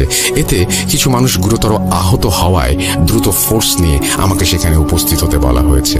থানা থেকে ফোন পেয়ে আমিও দ্রুত কোয়ার্টারে পৌঁছাই। রেডি হয়ে ফোর্স নিয়ে বেরিয়ে পড়ি জুলসুখা গ্রামের উদ্দেশ্যে। ওখানে পৌঁছে দেখি পরিস্থিতি বেশ গুরুতর। তাও কোনোভাবে সামাল দিয়ে গ্রামের মোড়লের অনুরোধে একটা গ্রাম্য সালিশের ব্যবস্থা করা হয়। মোড়লের বাড়ির পুকুর পাড়েই সালিশের জন্য ব্যবস্থা করা হয়। কিন্তু এখানেও অদ্ভুত ঘটনাগুলো যেন আমার পিছু ছাড়ছিল না। সালিশ চলাকালীন হঠাৎ করে আমার চোখে পড়ে পুকুরের ওই পাড়ে থাকা একটা তাল গাছের দিকে। তখনও পুরোপুরি অন্ধকার হয়নি। দেখলাম সাদা জোব্বা পরা একজন মধ্যবয়স্ক লোক আমাকে হাতের ইশারা করে ডেকে কিছু একটা বোঝানোর চেষ্টা করছেন। প্রথমে ঠিক বুঝতে পারছিলাম না সে আমাকেই ডাকছে কিনা, কিন্তু মুহূর্তেই ঘটে এক অদ্ভুত ঘটনা। লোকটা হঠাৎ করে ঠিক ওই ভঙ্গিতে গলায় হাত রেখে জিপটা বের করে দাঁড়িয়ে পড়েন, যে ভঙ্গিতে আমরা সবাই ঝুমাকে সিলিং এর সাথে ঝুলতে দেখেছিলাম। এরপর আমি বুঝতে পারি যে লোকটা সুইসাইড কেসের ব্যাপারে আমাকে কোনোভাবে সাহায্য করতে চায়। আমি একবার সালিশ থেকে উঠে পুকুরের ওই পাড়ে যেতে চাইলাম, কিন্তু পরে ভেবে দেখলাম এখন যাওয়াটা ঠিক হবে না। এর কিছুক্ষণ পরেই সৌভাগ্যক্রমে মাগরিবের আজান শুরু হয়। আমিও সুযোগ বুঝে নামাজের পরে আলোচনার প্রস্তাব রাখলে সবাই রাজি হয়। তখন আমি ওখান থেকে উঠে যাবার পর পুকুরের ওই পাড়ের তালগাছটার নিচে লোকটাকে আর দেখতে পাইনি। আমার সাথে আরো কয়েকজন পুলিশের লোক ছিল। আলোচনা চলাকালীন তারা চারিদিকে টহল দিচ্ছিল। আমি তাদেরকে ডেকে পুকুরের ওই পাড়ে থাকা সাদা জোব্বা পরা লোকটার ব্যাপারে জিজ্ঞেস করলে তারা আমাকে অবাক করে দিয়ে বলে ওখানে নাকি কেউই ছিল না, আমাদের কয়েকজন লোক নাকি ওখানেই টহলদারি করছিল। তারা এমন কাউকে দেখেনি। তবে কে ছিল ওটা? প্রশ্নটা আজও আমাকে ভাবায়। সেদিন যদি তার সাথে কথা বলতে পারতাম তাহলে হয়তো বড় কোনো রহস্যের উন্মোচন করতে পারতাম, আর আমার সমস্যাগুলো হয়তো সমাধান হয়ে যেত। যা হোক, এরপর আস্তে আস্তে আমি সবকিছু ভুলে আবার নিজের কাজে মন দেই। তদন্তের কাজটাও বন্ধ করে দেই। এদিকে হুজুরের শিখিয়ে দেয়া দোয়াগুলোও পড়ছিলাম প্রতিদিনই। তাই কোনো স্বপ্ন দেখছিলাম না, আর সমস্যাগুলোও দেখা দিচ্ছিল না। এভাবে প্রায় 2 সপ্তাহ যাবার পর আমি পুরোপুরি সুস্থ হয়ে যাই, আর সমস্যাগুলোও মিটে যায়। নিজের প্রতি অনুতপ্ত হয়ে বলছি, সুস্থ হয়ে যাবার কারণে সেদিন হয়তো খুব খুশি ছিলাম বিধায় দোয়া পড়তে ভুলে গিয়েছি। আর ঠিক সেই সুযোগটা নিয়েই ওরা আবার আমার স্বপ্নে দেখা দেয়। কিন্তু এবার ঝুমা যেন তার দ্রুত রুদ্রমূর্তি নিয়ে আমার সামনে হাজির হয়। সে প্রচন্ড রাগান্বিত কণ্ঠে শাসিয়ে বলে যে 1 সপ্তাহের মাঝে যদি আমি তার কেসের তদন্ত সম্পন্ন করে রহস্য উন্মোচন করতে না পারি তাহলে নাকি পৃথিবীর কেউ আমাকে বাঁচাতে পারবে না। এই স্বপ্ন দেখার পর আমি আবার হুজুরের সাথে যোগাযোগ করি। হুজুর সবটা শুনে আমাকে শরীর বন্ধের দোয়া শিখিয়ে দেওয়ার সাথে সাথে কিছু আমল শিখিয়ে দেন। আমি সেগুলো পালন করতে থাকি। কিন্তু 4-5 দিন পর আবার সেই আগের মতোই হেলাফেলা শুরু করি আমি। সেদিন আমার এক কলিগের বিয়ের দাওয়াত ছিল, তাই সন্ধ্যাবেলা রেডি হয়ে গিফট হাতে রওনা হই তার বাড়ির উদ্দেশ্যে। কোয়ার্টার থেকে ওর বাড়ির দূরত্ব প্রায় 40 মিনিটের। আমি যখন প্রায় বিয়ে বাড়ির কাছাকাছি পৌঁছে গেছি ঠিক তখনই হঠাৎ করে আমার মনে হলো কেউ আমার পিছু নিয়েছে। কয়েকবার পেছনে তাকিয়েও যখন কাউকে দেখতে পাই না তখন হাসপাতালের ডোমের বলা সেই কথাগুলো একে একে মনে পড়তে থাকে, আর ভয়ের পরিমাণটা যেন দ্বিগুণ হয়ে যায়। এর কিছুক্ষণ পর আমার চোখের সামনে সবকিছু অন্ধকার হতে শুরু করে, আর খানিক পরেই সেটা কেটে যায়। কিন্তু এক অন্ধকার কাটতেই যেন আর এক অন্ধকার নেমে আসে আমার জীবনে। চোখ খুলতেই দেখি শত শত লাশ পড়ে আছে রাস্তার চারপাশে, আর সবচেয়ে আশ্চর্যের বিষয় হলো সেই সবগুলো ছিল ঝুমার লাশ। ওই দৃশ্য দেখার পর আমি আল্লাহ বলে চিৎকার দিয়ে সোজা এক দৌড় দেই। ঘটনাস্থল থেকে বিয়ে বাড়ি খুব একটা দূরে ছিল না বিধায় এক দৌড়ে বিয়ে বাড়ির গেটের সামনে এসে আছড়ে পড়ি। তারপর কিছু লোক ধরাধরি করে আমাকে চেয়ারে বসিয়ে পানি খাইয়ে এমনটা হবার কারণ জিজ্ঞেস করলে কুকুর তাড়া করার কথা বলে ব্যাপারটা কাটিয়ে দেই। কিন্তু সমস্যা যেন তখনও আমার পিছু ছাড়তে নারাজ। গিফট বক্সটা হাতে নিয়ে রিসেপশনে জমা দিতে গিয়ে দেখি ওখানে একজন মহিলা বসে আছেন।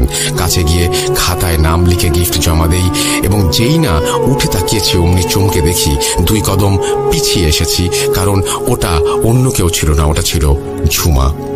আমি পেছন ঘুরে বিয়ের মণ্ডপের দিকে হাঁটা দিতেই যেন আরো চমকে উঠি। এবার দু একজন নয়, ওখানে যতজন মহিলা আছে তাদের সবার চেহারাই যেন ঝুমার মতো মনে হচ্ছে।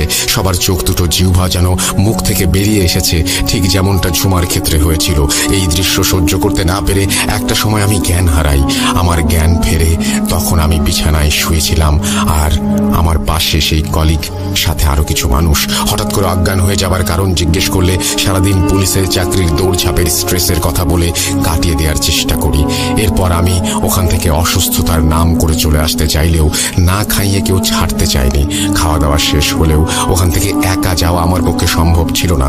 প্রচন্ড পরিমাণে ভয় পেয়েছিলাম আমি, তাই অসুস্থতার বাহানা করে কোনো মোটরসাইকেল বা গাড়ির ব্যবস্থা করে দিতে বলি আমাকে। তবে সেরকম কোনো ব্যবস্থা সম্ভব না হয় একটা ভ্যান ঠিক করে দেয়া হয় আমার জন্য।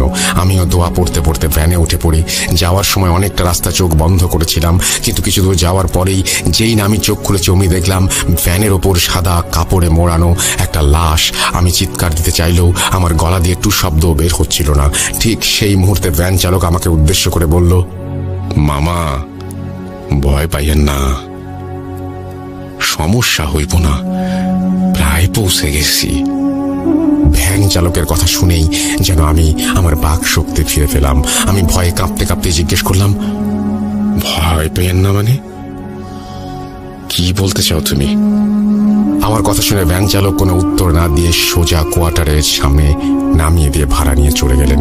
ওই ঘটনার পর থেকে ওখানে থাকা আমার পক্ষে এক মুহূর্তও সম্ভব ছিল না।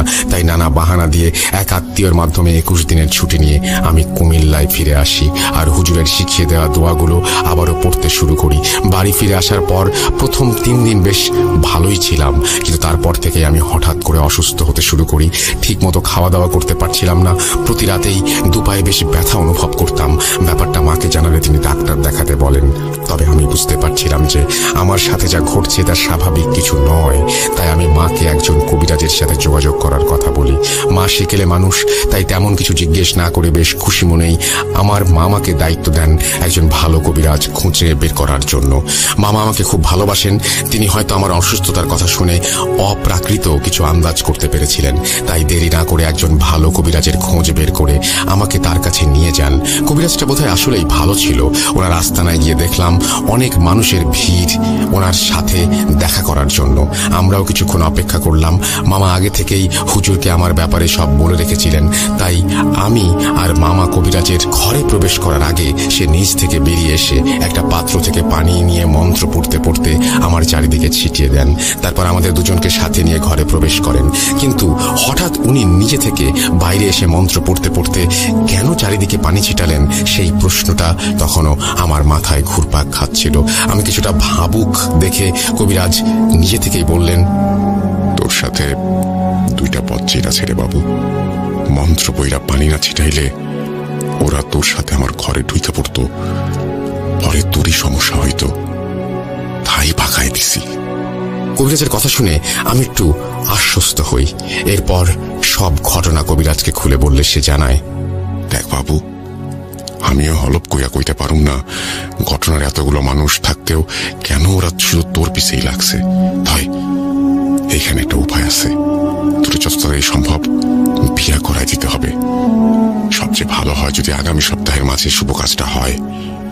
তারপর যা হবে সেগুলো আমার দায়িত্ব। এরপর কবিরাজকে তার হাদিয়া দিয়ে আমি আর মামা বাড়ি ফিরে আসি।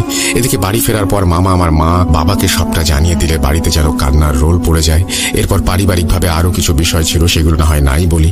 তবে পরদিন সকাল থেকে মা বাবা আমার জন্য বিয়ের পাত্রী দেখতে শুরু করেন। 2-3 দিন অনেক মেয়ে দেখা হয়, কিন্তু আমার সাথে ঘটতে থাকা ঘটনাগুলোর ব্যাপারে এলাকায় পুরো জানাজানি হয়ে গিয়েছিল। তখন এলাকার মানুষগুলো দিনের বেলাতেও আমাদের বাড়ির সামনে দিয়ে যেতে ভয় পেত। তাই হয়তো কোনো পরিবার আমাদের সাথে কোনো প্রকার আত্মীয়তার সম্পর্কে জড়াতে চাচ্ছিলেন না। আর ওই মুহূর্তে যেটা ছিল একদম স্বাভাবিক। অন্যদিকে মা বাবাও বেশ চিন্তিত হতে শুরু করেন, যদিও আমি তাদের বিভিন্নভাবে সান্ত্বনা দেওয়ার চেষ্টা করছিলাম। এখানে সবচেয়ে বড় বিষয় হলো, স্বপ্নে দেখা দেওয়ার পর ঝুমা আমাকে মোট 7 দিনের সময় দিয়েছিল, কিন্তু 10-12 দিন পেরিয়ে গেলেও আমার সাথে সেরকম কিছু ঘটেনি। আর পূর্বের অসুস্থতাও তখন প্রায় কেটে গিয়েছে। তাই চিন্তার কোনো কারণ নেই বলে তাদেরকে কোনোভাবে শান্ত করতে সক্ষম হই। পরের দিন বিকেলে আমার ফুপুর বাড়ির সবাই ভাই আমাদের বাড়িতে এসে উপস্থিত হন। তারাও নাকি এলাকার মানুষদের কাছ থেকে আমার ব্যাপারে শুনেছেন, তাই আমার জীবন বাঁচাতে তারা তাদের একমাত্র মেয়ের সাথে আমাকে বিয়ে দিতে চান।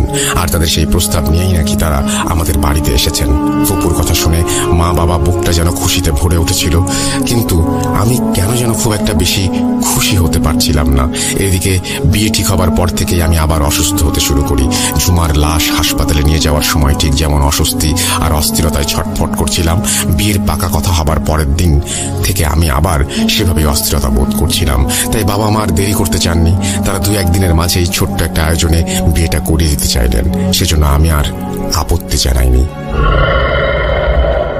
মূলত এটাই ছিল তানভীর ভাইয়ের জীবনে ঘটে যাওয়া আশ্চর্যজনক কিছু ঘটনা, যেটি তিনি আমাদের ছোট ভাই মেহেদির সাথে শেয়ার করেছিলেন। কিন্তু আপনাদের কি মনে আছে তানভীর ভাইয়ের ঘটনা শুরু করার আগে আমার জীবনে ঘটে যাওয়া একটা অদ্ভুত ঘটনার কথা বলেছিলাম? এবার বোধহয় সেই ঘটনাটা বলার সময় এসে গেছে। আমার জীবনে ঘটে যাওয়া সেই অদ্ভুত ঘটনার মূলে ছিল তানভীর ভাইয়ের আকস্মিক মৃত্যু। কাশিমপুর খালপাড়ে বাবার কোলে থাকা মাদ্রাসা ছাত্রের কথা মনে আছে আপনাদের?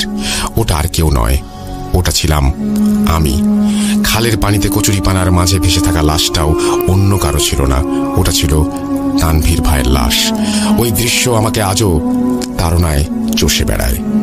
ঘটনার মাস খানেক পর যখন আমি মেহেদির সাথে দেখা করি, তখন মেহেদি আমাকে তানভীর ভাইয়ের সব ঘটনাই বলেছিল, আর এও বলেছিল যে তার মৃত্যু কিভাবে ঘটেছে। আমি না হয় ওর মতো করেই বলার চেষ্টা করি। গায়ে হলুদের দিন বিকেলবেলা তানভীর ভাই হঠাৎ করে অসুস্থ হয়ে পড়লে তাকে হাসপাতালে নিয়ে যাওয়া হয়। ডাক্তার তাকে চেক আপের পর 2 দিনের জন্য রেস্ট করতে বলেন। অতিরিক্ত স্ট্রেসের কারণে এমনটা হয়েছে বলে ডাক্তারের ধারণা ছিল। যাই হোক, অসুস্থতার কারণে গায়ে হলুদের অনুষ্ঠানটা একদিন পিছিয়ে দেওয়া হয়।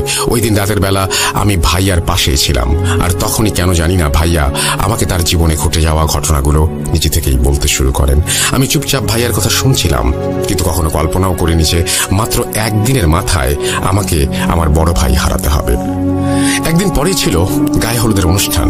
হলুদ সন্ধ্যায় অনেক আত্মীয় এসেছিলেন, তবে গ্রামের কেউ হয়তো আর সাহস পায়নি সেদিন। সব আয়োজন শেষ করার পর ভাইয়াকে ডাকতে গিয়ে দেখি উনি ঘরে নেই। ব্যাপারটা মাকে জানালে তিনি বলেন ভাইয়া নাকি মাত্রই একজনের সাথে দেখা করতে বাসা থেকে বেরিয়েছে, একটু পরেই নাকি ফিরে আসবে। মায়ের কথা মতো আমরাও অপেক্ষা করতে থাকি, কিন্তু সন্ধ্যা পেরিয়ে রাত হয়ে গেলেও ভাইয়ার কোনো খোঁজ পাওয়া যাচ্ছিল না। এদিকে রাত বাড়তে থাকায় সবার কপালে চিন্তার ছাপ দেখা দেয়। তাই দেরি না করে সবাই ভাইয়াকে খুঁজতে বেরিয়ে পড়ি। অনেক খুঁজেছি ভাইয়াকে, কিন্তু পাইনি। বাড়ি থেকে বেরোনোর আগে ভাইয়া মাকে বলেছিলেন একজনের সাথে দেখা করে ফিরে আসবেন। মাও ভেবেছিলেন হয়তো কোনো বন্ধু এসেছে, তবে এমনটা ঘটবে সেটা কেউ কল্পনাও করতে পারেননি। সারাটা রাত ভাইয়াকে খুঁজেছি, কিন্তু কোথাও খুঁজে পাইনি। রাত পেরিয়ে ভোর হতেই এক লোক এসে খবর দিল যে কাশিমপুর খালপাড়ে নাকি একজনকে পাওয়া গেছে। কথাটা শুনে বুকটা কেঁপে উঠল। আমরাও ছুটতে ছুটতে পৌঁছে গেলাম ওখানে।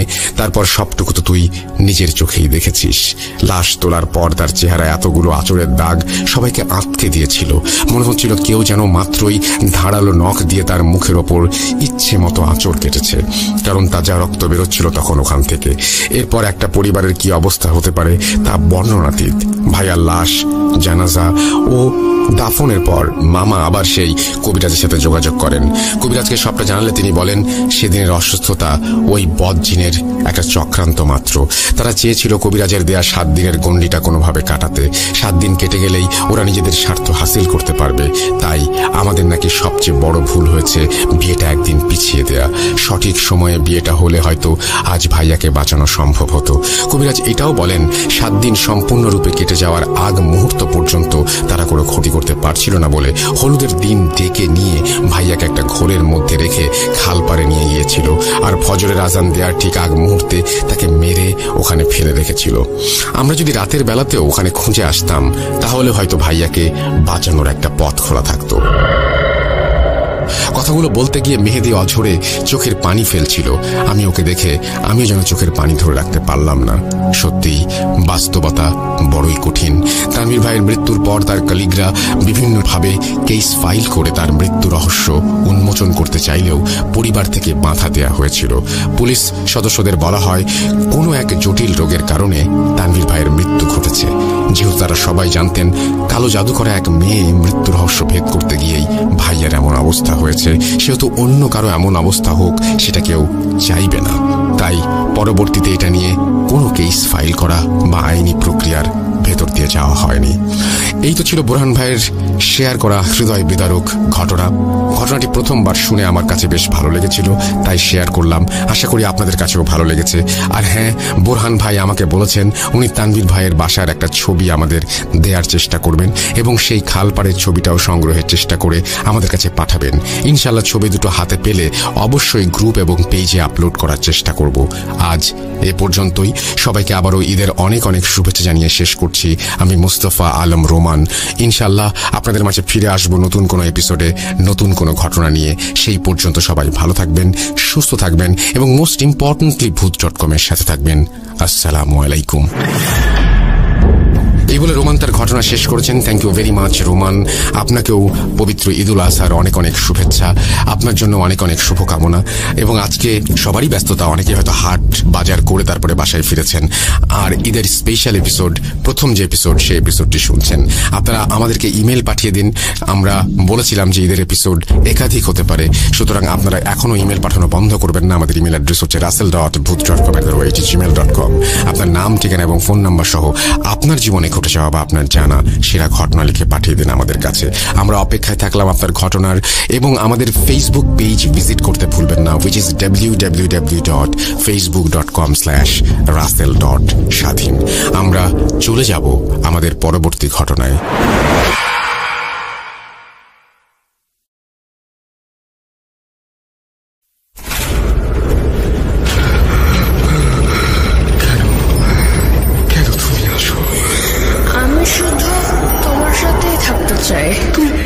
তুই চলে যাও প্লিজ, চলে যাও। Booth.com with Russell.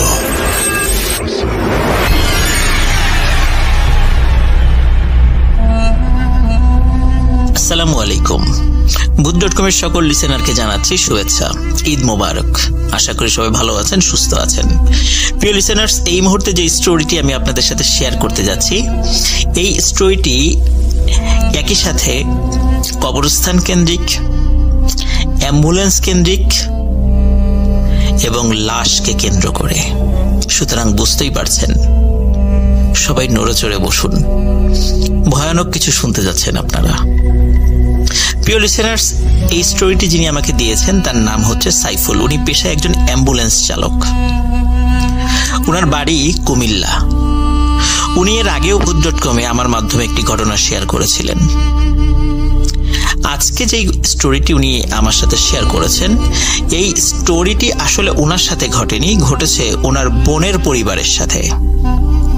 কারণ ওনার বোনের পরিবার চট্টগ্রাম শহরে থাকতেন। ওনার বোন, তার হাজবেন্ড, তার শ্বশুর শাশুড়ি, তার দেবর ননদ সবাই মিলে চট্টগ্রাম শহরের একটি জায়গায় থাকতেন। ঘটনাটির সময় 2009 সাল। যে বাড়িতে ওনারা থাকতেন, বাড়িটি বেশ একটি বড় জায়গা নিয়ে অবস্থিত। ওনারা যখন ওই বাড়িতে থাকা শুরু করেন, স্থানীয় কিছু মানুষজন ওনাদেরকে বলেন যে এই জায়গাতে অনেক পুরাতন একটি কবরস্থান ছিল। বহু বছর এখানে কোনো কবর দেয়া হয় না এবং অনেক পুরাতন কবর হওয়ার কারণে আস্তে আস্তে কবরগুলো বিলীন হয়ে গেছে। অনেক দিন এই জায়গাটি বিরান পড়েছিল, পরে বিক্রি হয়ে যায় এবং বাড়ির মালিক এখানে একটি বাড়ি তৈরি করে। কিন্তু বাড়িটি আসলে আধুনিক অবকাঠামোর যে রুলস এটা মেনটেন করে এটা তৈরি হয়নি। কারণ হচ্ছে এই বাড়ির ওয়াশরুমটা ঘরের বাইরে ছিল এবং আশেপাশে কিছু মানুষ এটাও বলেছিল যে ওয়াশরুমটা যেখানে তৈরি করা হয়েছে সেখানে অনেকেই মানা করেছিল এই জায়গাটাতে ওয়াশরুম না করতে, কারণ ধারণা করা হয়েছিল ওয়াশরুম যেই জায়গাতে তৈরি করা হয়েছে সেখানেও একটি কবর ছিল। যাই হোক, বাড়িটা তৈরি করা হয়। ওই বাড়িতে সাইফুল ভাইয়ের বোনের হাজবেন্ড মানে সাইফুল ভাইয়ের দুলাভাই, বোনের শ্বশুর শাশুড়ি, দেবর ননদ সবাই থাকতেন। শুরুর দিকে খুব অল্প কয়েকদিনের জন্য তেমন কোনো প্রবলেম তারা ফেস করেননি। এর কিছুদিন পর থেকেই অদ্ভুত কিছু সমস্যা ওনারা ফেস করতে থাকেন। যেমন এক রাত্রে ওই বাড়ির প্রত্যেক সদস্য ওনারা শব্দ শুনতে পান যে বাড়ির উঠানে কেউ একজন হাঁটাহাঁটি করছে। তখন সাইফুল ভাইয়ের যেই দুলা ভাই মানে বোনের হাজবেন্ড উনি ওঠেন, উনি দরজা খুলে দেখেন যে উঠোনে কালো ছায়ার মতো কিছু একটা হাঁটাহাঁটি করছে। উনি যখন বলেন যে এই কে, তখনই সেটি মিলিয়ে যায়। তো এই যে হাঁটাহাঁটির যে বিষয়টি, এটি যে নতুন ছিল তা কিন্তু নয়, এটি কিন্তু প্রায়শই ঘটা শুরু করে। আর ওয়াশরুমটা যেহেতু বাইরে, এই জন্য কি করতো, যদি কেউ রাত্রেবেলা ওয়াশরুমে যেত আর একজনকে ডাক দিত, এই জন্য তিনি সাথে যেতেন, কাছাকাছি থাকতেন, তারপরে আবার ওয়াশরুমের থেকে বের হয়ে হাত মুখ ধুয়ে আবার ঘরে চলে আসতেন। এইভাবেই তারা মোটামুটি অভ্যস্ত হয়ে গিয়েছিলেন। এক রাত্রে ঘটে একটি ভয়ানক ঘটনা। সাইফুল ভাইয়ের বোনের সাথে এই ঘটনাটি ঘটেছিল। উনি রাতের বেলা ওয়াশরুমে যাওয়ার জন্য বের হবেন, তখন ওনার হাজবেন্ড পাশে ঘুমাচ্ছিল। যদিও বলা ছিল যে ওয়াশরুমে যাওয়ার দরকার হলে যেন তাকে ডাক দেয়। তো উনি চিন্তা করেন যে এত রাত্রে ডাক দিব, থাক, এখন আর ডাকার দরকার নেই, কারণ ইলেকট্রিসিটি ছিল, বারান্দায় আলো ছিল বেশ। তো উনি একাই দরজা খুলে ঘর থেকে বের হন। তিনি যখনই দরজা খুলে ঘর থেকে বের হয়েছেন, তখনই তিনি দেখেন উঠোনে প্রকাণ্ড একটি মানুষের মাথা। এই মাথাটি উঠোনে লাফালাফি করে একদিক থেকে আরেক দিকে যাচ্ছে। ওই মাথাটি যখন টের পায় যে সাইফুল ভাইয়ের বোন ঘর থেকে বের হয়েছে, তখন ওই মাথাটি লাফিয়ে লাফিয়ে সাইফুল ভাইয়ের বোনের দিকে আগাতে থাকে। সাইফুল ভাইয়ের বোন প্রচন্ড ভয় পান, জোরে একটা চিৎকার দিয়ে ঘরে ঢুকেই দরজা বন্ধ করে দেন। ওনার হাজবেন্ড ধর্মর করে ঘুম থেকে ওঠে যে কি হয়েছে, তখন বলে যে উনি এটা দেখেছেন। ওনার হাজবেন্ড তখন টর্চ নিয়ে ঘর থেকে বের হন, যদিও বা ইলেকট্রিসিটি ছিল। স্বাভাবিকভাবেই দেখেন যে উঠোনে কিছুই নেই। তখন উনি ওনার স্ত্রীকে বলেন যে তোমাকে তো বলেছিলাম যে বাইরে যাওয়ার সময় আমাকে ডাক দিতে, তুমি ডাকো নাই কেন? তখন তিনি বলেন যে যেহেতু আলো ভালোই ছিল বাইরে, তো চিন্তা করেছি যে থাক, আজকে ডাকবো না, এই জন্য আর ডাকি নেই। তো যাই হোক, রাত্রে এই ঘটনাটি যখন ঘটে, তখন বাড়ির অন্য সদস্যরাও পরে জেগে গিয়েছিল, তাদেরকেও বিষয়টি বলা হয় এবং প্রত্যেককে বলে দেয়া হয় অবশ্যই কেউ যখন রাতের বেলা ঘর থেকে বের হবে, সাথে যেন কেউ একজন মানুষ নিয়ে ঘর থেকে বের হয়। এই ঘটনার পরের দিন থেকে আরো একটি সমস্যা ওনারা ফেস করেন। রাত 2টো কি 2:30টার দিকে একজন মহিলার কণ্ঠস্বর শোনা যেত। ঘরের দরজায় টক টক টক টক শব্দ করে বলতো, চলে যা, এই বাড়ি থেকে চলে যা, থাকিস না এখানে, তাহলে কিন্তু অনেক বড় ক্ষতি হয়ে যাবে। আর মাঝে মাঝেই টিনের চালে ঢিল পড়ার শব্দ ওনারা শুনতেন, এবং যখন পড়তো একসাথে বহু ঢিল পড়তো টিনের চালের উপরে। রাত্রে ঘুমাতে পারতেন না ওনারা। একটা সময় ওনারা ডিসিশন নেন এখানে ওনারা থাকবেন না, কারণ এইভাবে আসলে থাকা যায় না। এদিকে ওনারা বাসাও খুঁজছিলেন, কিন্তু এর মধ্যে ঘটে যায় আরেকটি মর্মান্তিক ঘটনা। সাইফুল ভাইয়ের বোনের শ্বশুর উনি রাতের বেলা খাওয়া দাওয়া করার পরে ফ্রেশ হওয়ার জন্য ওয়াশরুমে যান। ওয়াশরুম থেকে ফিরে এসেই উনি বলেন যে আমার বুকে ব্যথা হচ্ছে। উনি সুস্থ মানুষ, হঠাৎ কেন বুকে ব্যথা হচ্ছে, কোনো কিছু দেখে ভয় পেয়েছিলেন কিনা, উনি কিছুই বলার আসলে সুযোগ পান নাই। বুকে ব্যথা হচ্ছে, বুকে ব্যথা বেড়ে যাচ্ছে, এই কথা বলতে বলতেই উনি মেঝেতে পড়ে যান এবং এর অল্প কয়েক মিনিটের মধ্যেই উনি পৃথিবীর মায়া ত্যাগ করে চলে যান। বাড়িতে কান্নাকাটির রোল পড়ে যায়, কিন্তু ওনাদের বাড়ি তো কুমিল্লাতে, লাশ তো কুমিল্লাতে নিয়ে যেতে হবে। এই জন্য ওই রাত্রে একটি অ্যাম্বুলেন্স ভাড়া করা হয়। অ্যাম্বুলেন্সে লাশ উঠিয়ে বাড়ির সকল সদস্য রওনা দেয় কুমিল্লার দিকে। চট্টগ্রাম শহর পার হয়ে, সীতাকুণ্ড পার হয়ে যখন গাড়ি চলা শুরু করেছে, গাড়িটি যখন ফেনীর কাছাকাছি চলে এসেছে, তখন থেকেই শুরু করে একটি একটি ভয়ঙ্কর ঘটনা। ঘটনাটি শুরুতে এমন ছিল যে ড্রাইভার সাহেব এবং গাড়ির প্রত্যেক সদস্য ওনারা ফিল করছিলেন গাড়িটি কোনো কারণ ছাড়াই হঠাৎ করে আধা হাত বা এক হাত উঁচু হয়ে যাচ্ছে, আবার ঠাস করে পড়ে যাচ্ছে, এবং যখন পড়ে যাচ্ছে ওনারা সবাই মানে গাড়ির মধ্যে এলোমেলো অবস্থায় হয়ে যাচ্ছিলেন আর কি। তো এমনটা কেন হচ্ছিল? গাড়ির সবাই বলছিলেন ড্রাইভার সাহেবকে, এই ড্রাইভার ভালো করে চালাও। তখন ড্রাইভার বলছে যে আমি তো ভালো করেই চালাচ্ছি, কিন্তু এমনটা কেন হচ্ছে আমি বুঝতে পারছি না। ফেনী শহরে, মূলত ওই সময় ফেনী জেলার মধ্যে গাড়িটি ছিল। হঠাৎ ড্রাইভার সাহেব লুকিং গ্লাসে দেখতে পান গাড়ির পেছনে বেশ কিছু কুকুর, 10-12টি কুকুর প্রচন্ড জোরে ঘেউ ঘেউ শব্দ করতে করতে গাড়ির পেছনে ছোটা শুরু করেছে। আর এদিকে আমরা তো জানি যে অ্যাম্বুলেন্সের পিছনে একটা মানে ব্যাক ডোর থাকে, যেটাকে আমরা ব্যাক ডালা বলি আর কি। এটি খুলে রুগী মানে অ্যাম্বুলেন্সের মধ্যে ঢোকানো হয় বা বের করা হয়, বা লাশ ঢোকানো হয় বের করা হয়। কোনো কারণ ছাড়াই এই ব্যাক ডালাটি খুলে উঁচু হয়ে যাচ্ছিল, আর ওই পেছনে থাকা ওই কুকুরগুলো ওই অ্যাম্বুলেন্সের মধ্যে লাফ দিয়ে ঢোকার চেষ্টা করছিল। আর ওই লাশের সাথে থাকা যে সাইফুল ভাইয়ের বোন, দুলাভাই, তারপর শাশুড়ি, তারপরে ননদ, দেবর, ওনারা বারবার ওই কুকুরগুলোকে সরিয়ে দেওয়ার চেষ্টা করছিলেন এবং বারবার ওই ব্যাগডালাটি বন্ধ করে দিচ্ছিলেন। কিন্তু বন্ধ করার পরও কেন এই ব্যাগডালাটি বারবার খুলে যাচ্ছিল? কারণ ব্যাগডালাতে কোনো সমস্যা ছিল না, কিন্তু তারপরও খুলে যাচ্ছিল। কিন্তু কেন খুলে যাচ্ছিল এটি বুঝতে পারছিলেন না। একটা পর্যায়ে গাড়ির ড্রাইভার এই অ্যাম্বুলেন্সটি থামিয়ে দেন। থামিয়ে রাস্তার একটা পাশে দাঁড়িয়ে নিচে নামেন। নিচে নামার পরে দেখা যায় ওই একটি কুকুরও আর দেখা যাচ্ছে না। কিন্তু কুকুরগুলো দেখা না গেলেও গাড়ির ওই ব্যাগডালাতে কুকুরের আঁচড় সেটি স্পষ্ট ছিল। উনি চিন্তা করেন এখানে খুব বেশিক্ষণ দেরি করা যাবে না, গাড়ি থামানোই যাবে না, যাই ঘটুক না কেন গাড়ি চালিয়ে যেতে হবে। আবার গাড়িতে উঠে গাড়ি চালানো শুরু করেন। গাড়ির মধ্যে প্রত্যেকেই মহান আল্লাহ রব্বুল আলমিনের জিকির শুরু করেন, কারণ আল্লাহ রব্বুল আলমিনের হেল্প ছাড়া খুব ভয়াবহ একটা সিচুয়েশন মানে তাদের সাথে ঘটে যেতে পারে, এবং যে ঘটনাগুলো ঘটছিল তাতে আল্লাহ রব্বুল আলমিন ছাড়া তাদেরকে উপকার করার মতো আসলে কেউ ছিল না। গাড়ি চলছে।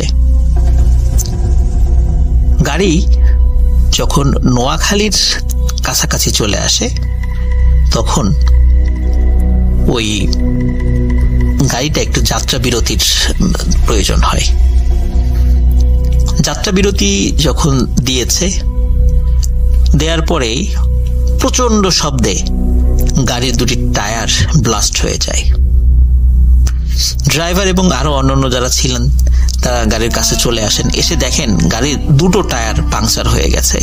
এবং অদ্ভুত ব্যাপার হলো, গাড়ির টায়ার পাংচার হওয়ার একটা মানে বিষয়টা স্বাভাবিক ছিল না। কারণ হচ্ছে তারা গাড়ির টায়ারের দিকে তাকিয়ে দেখে কোনো ভয়ানক প্রাণী তার শক্তিশালী সুচালো দাঁত দিয়ে টায়ারের উপর কামড় দিয়ে টায়ারের একটি অংশ ছিঁড়ে নিয়ে চলে গেছে। এবং শুধু যে একটি টায়ারের সাথে বিষয়টি হয়েছিল তা কিন্তু নয়, দুটি টায়ারের সাথে একই ঘটনা ঘটে। মজার বিষয় হচ্ছে যে ওই গাড়িতে দুটি স্পেয়ার টায়ার ছিল। যদি একটি টায়ার থাকতো তাহলে খুব বিপদ হয়ে যেত। ওই রাত্রে দুটি টায়ার ছিল। দ্রুত ওই দুটি টায়ার গাড়িতে রিপ্লেস করা হয় এবং তারা ওইখান থেকে বের হয়ে যান। নোয়াখালীতে যখন গাড়িটা চলে আসে ঢাকা চিটাগাং হাইওয়ে, তখন নোয়াখালীতে তেমন কোনো সমস্যা হয়নি। কিন্তু নোয়াখালী পার হয়ে যখন কুমিল্লাতে গাড়ি ঢুকে গেছে তখন আরো একটি ভয়ানক ঘটনা ঘটতে থাকে। গাড়ির প্রত্যেকে এবং ড্রাইভার সে নিজেও দেখতে থাকে যে তাদের গাড়ির সামনে প্রায় 20-25 হাত দূরে গাড়ি কিন্তু চলছে, এবং যে ভয়ানক জিনিসটা দেখতে থাকেন সেটি হচ্ছে একটি লাশ দেখতে পান। সেই লাশটি সাদা কাপড়ে মোড়ানো ছিল। এই লাশটিও শূন্যে ভাসছে। গাড়ি আগাচ্ছে, ওই লাশটিও সামনের দিকে এগোচ্ছে, এবং লাশটি একবার ডান পাশে একবার বাম পাশে যাচ্ছিল। এবং কোনো একটা ভয়ানক আওয়াজ তারা শোনেন, এবং সেই আওয়াজটি এমন ছিল, তোদের গাড়িতে থাকা লাশটি দিয়ে যা, নাহলে কিন্তু সবাই মরবি, এই গাড়িটা এখন অ্যাক্সিডেন্ট হবে, যদি বাঁচতে চাস লাশ দিয়ে যা। কিন্তু গাড়িতে থাকা প্রত্যেকেই এই বিষয়ে ডিটারমাইন্ড হন যে কোনো অশুভ শক্তির কাছে আমরা লাশ হস্তান্তর করব না। অশুভ শক্তি যত শক্তিশালী ভাব দেখানোর চেষ্টা করুক না কেন, আল্লাহর শক্তির সামনে এগুলো কিছুই নয়। আর একটা মানুষের লাশকে কখনো এই পিশাচের হাতে আমরা তুলে দিতে পারি না, আর আমাদের প্রিয়জনের লাশ। সুতরাং যাই ঘটুক না কেন আমরা চলতে থাকবো। এদিকে আরেকটি ঘটনা ঘটে, সেটি হচ্ছে যে এই লাশটা অ্যাম্বুলেন্সের যেই সাইডে রাখা ছিল, মাঝে মাঝেই ওই সাইডটা উঁচু হয়ে যাচ্ছিল এবং অ্যাক্সিডেন্ট হতেও হচ্ছিল না গাড়ি। তো ওনারা প্রচন্ড ভয় পাচ্ছিলেন, হয়তোবা ওনারা চিন্তা করছিলেন যে এই লাশ নিয়ে হয়তোবা তাদের বাড়িতে ফেরার আগে তারাই লাশ হয়ে যাবেন। কিন্তু তারপরও মনে সাহস সঞ্চয় করে তারা আল্লাহর নাম স্মরণ করছিলেন, আয়াতুল কুরসি পড়ছিলেন, সূরা ইয়াসিন পড়ছিলেন। কুমিল্লায় ঢোকার পর এই ঘটনাটা ঘটার পরে আস্তে আস্তে আবার সব স্বাভাবিক হয়ে যায়। এদিকে ফজরের আজান দিয়ে দেয়। গ্রামের বাড়িতে পৌঁছাতে তাদের সকাল প্রায় 8টা বেজে যায়। বাড়িতে লাশ নিয়ে যাওয়ার পরে লাশকে গোসল করানো হয়, জানাজা পড়ানো হয় এবং যথাযথ ধর্মীয় মর্যাদার সাথে লাশকে কবরস্থানে দাফন করা হয়। ওই রাত্রে আরো একটি ভয়ঙ্কর ঘটনা ঘটে। ওই রাত্রে সাইফুল ভাইয়ের বোনের যে ননদ রয়েছে, উনি স্বপ্নে দেখে যে একজন মানুষ কাঁধে করে সাদা কাফনে মোড়ানো একটি লাশ নিয়ে আসছে, নিয়ে ঘরের দরজা খুলে ঘরের মধ্যে প্রবেশ করে ওই লাশটি ওই সাইফুল ভাইয়ের বোনের ননদের গায়ের উপরে ঠাস করে ফেলে দেয়। এই স্বপ্নটি দেখার সাথে সাথে উনি ধর্মর করে উঠে বসেন, উঠে দেখেন একটি ভয়ানক ঘটনা, যেটি দেখার জন্য উনি মোটেও প্রস্তুত ছিলেন না। উনি দেখেন এই স্বপ্নে যে লাশটি কোনো একজন মানুষ ওনার গায়ের উপরে ফেলেছে, এই লাশটি ওনার পাশেই রাখা। প্রচন্ড ভয় পেয়ে উনি এক চিৎকার দেন। ঘরের লোকজন ওনার রুমে চলে আসে, এসে দেখে সবকিছু স্বাভাবিক। বলে কি হয়েছে? তখন উনি বলেন স্বপ্নে এটা দেখেছেন এবং স্বপ্ন দেখার পরে বাস্তবেও এই জিনিসটা উনি দেখেছেন। তখন ঘরের মানুষ তাদেরকে সান্ত্বনা দেন, বলে ও কিছু না, ভুল দেখেছ, স্বপ্ন তো স্বপ্নই। যাই হোক, পরের দিন ঈশান নামাজের আজানের পরে ঘটে আরেকটি ঘটনা। এই ঘটনাটি ঘটে সাইফুল ভাইয়ের বোনের শাশুড়ির সাথে। উনি ঈশান নামাজের জন্য অজু করতে উনি টিউবওয়েলে যান। টিউবওয়েলে যখন উনি অজু করছিলেন, হঠাৎ উনি দেখেন ওনার সামনে ওনার মৃত স্বামী দাঁড়িয়ে আছে, যাকে গতকালকেই কবরস্থ করা হয়েছে।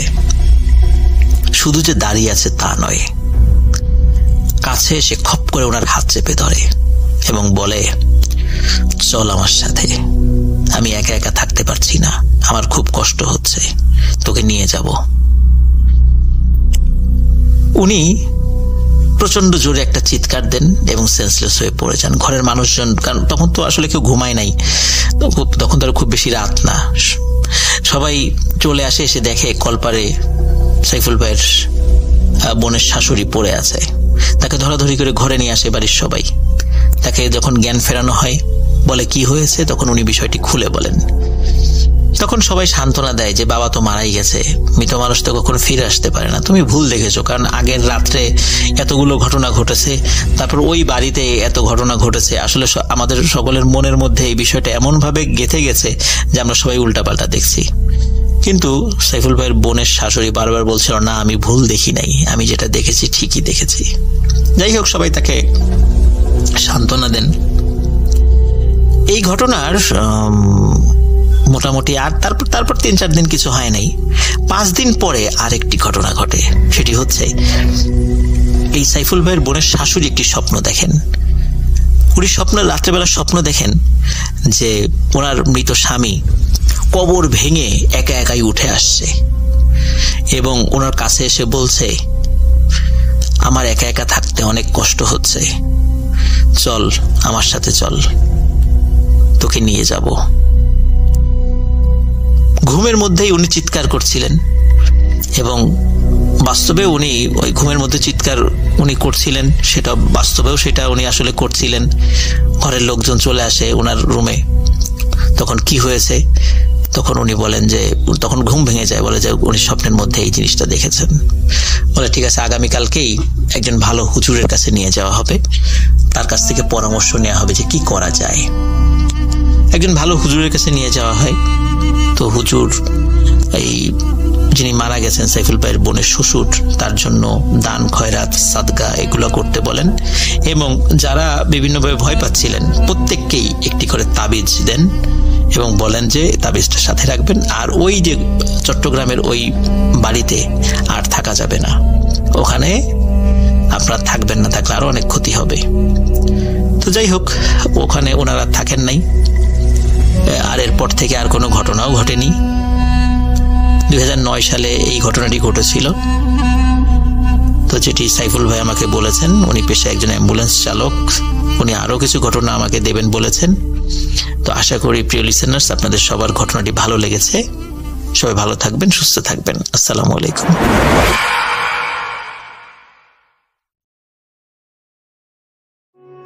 আপনাদের সবাইকে অনেক অনেক ধন্যবাদ এতক্ষণ পর্যন্ত আমাদের সাথে থাকার জন্য। অনেক অনেক শুভকামনা রইল। সব সময় এই ইউটিউব চ্যানেলটি সম্পর্কে আপডেট পেতে আমাদের ইউটিউব চ্যানেলটিকে সাবস্ক্রাইব করুন। আশা করছি আমরা একসাথে অনেকটা পথ হাঁটব। আজকের মতো এখানে বিদায় নিচ্ছি। সবাই ভালো থাকুন, সুস্থ থাকুন, মোস্ট ইম্পর্টেন্টলি ভূত.com এর সাথে থাকুন। আল্লাহ হাফেজ।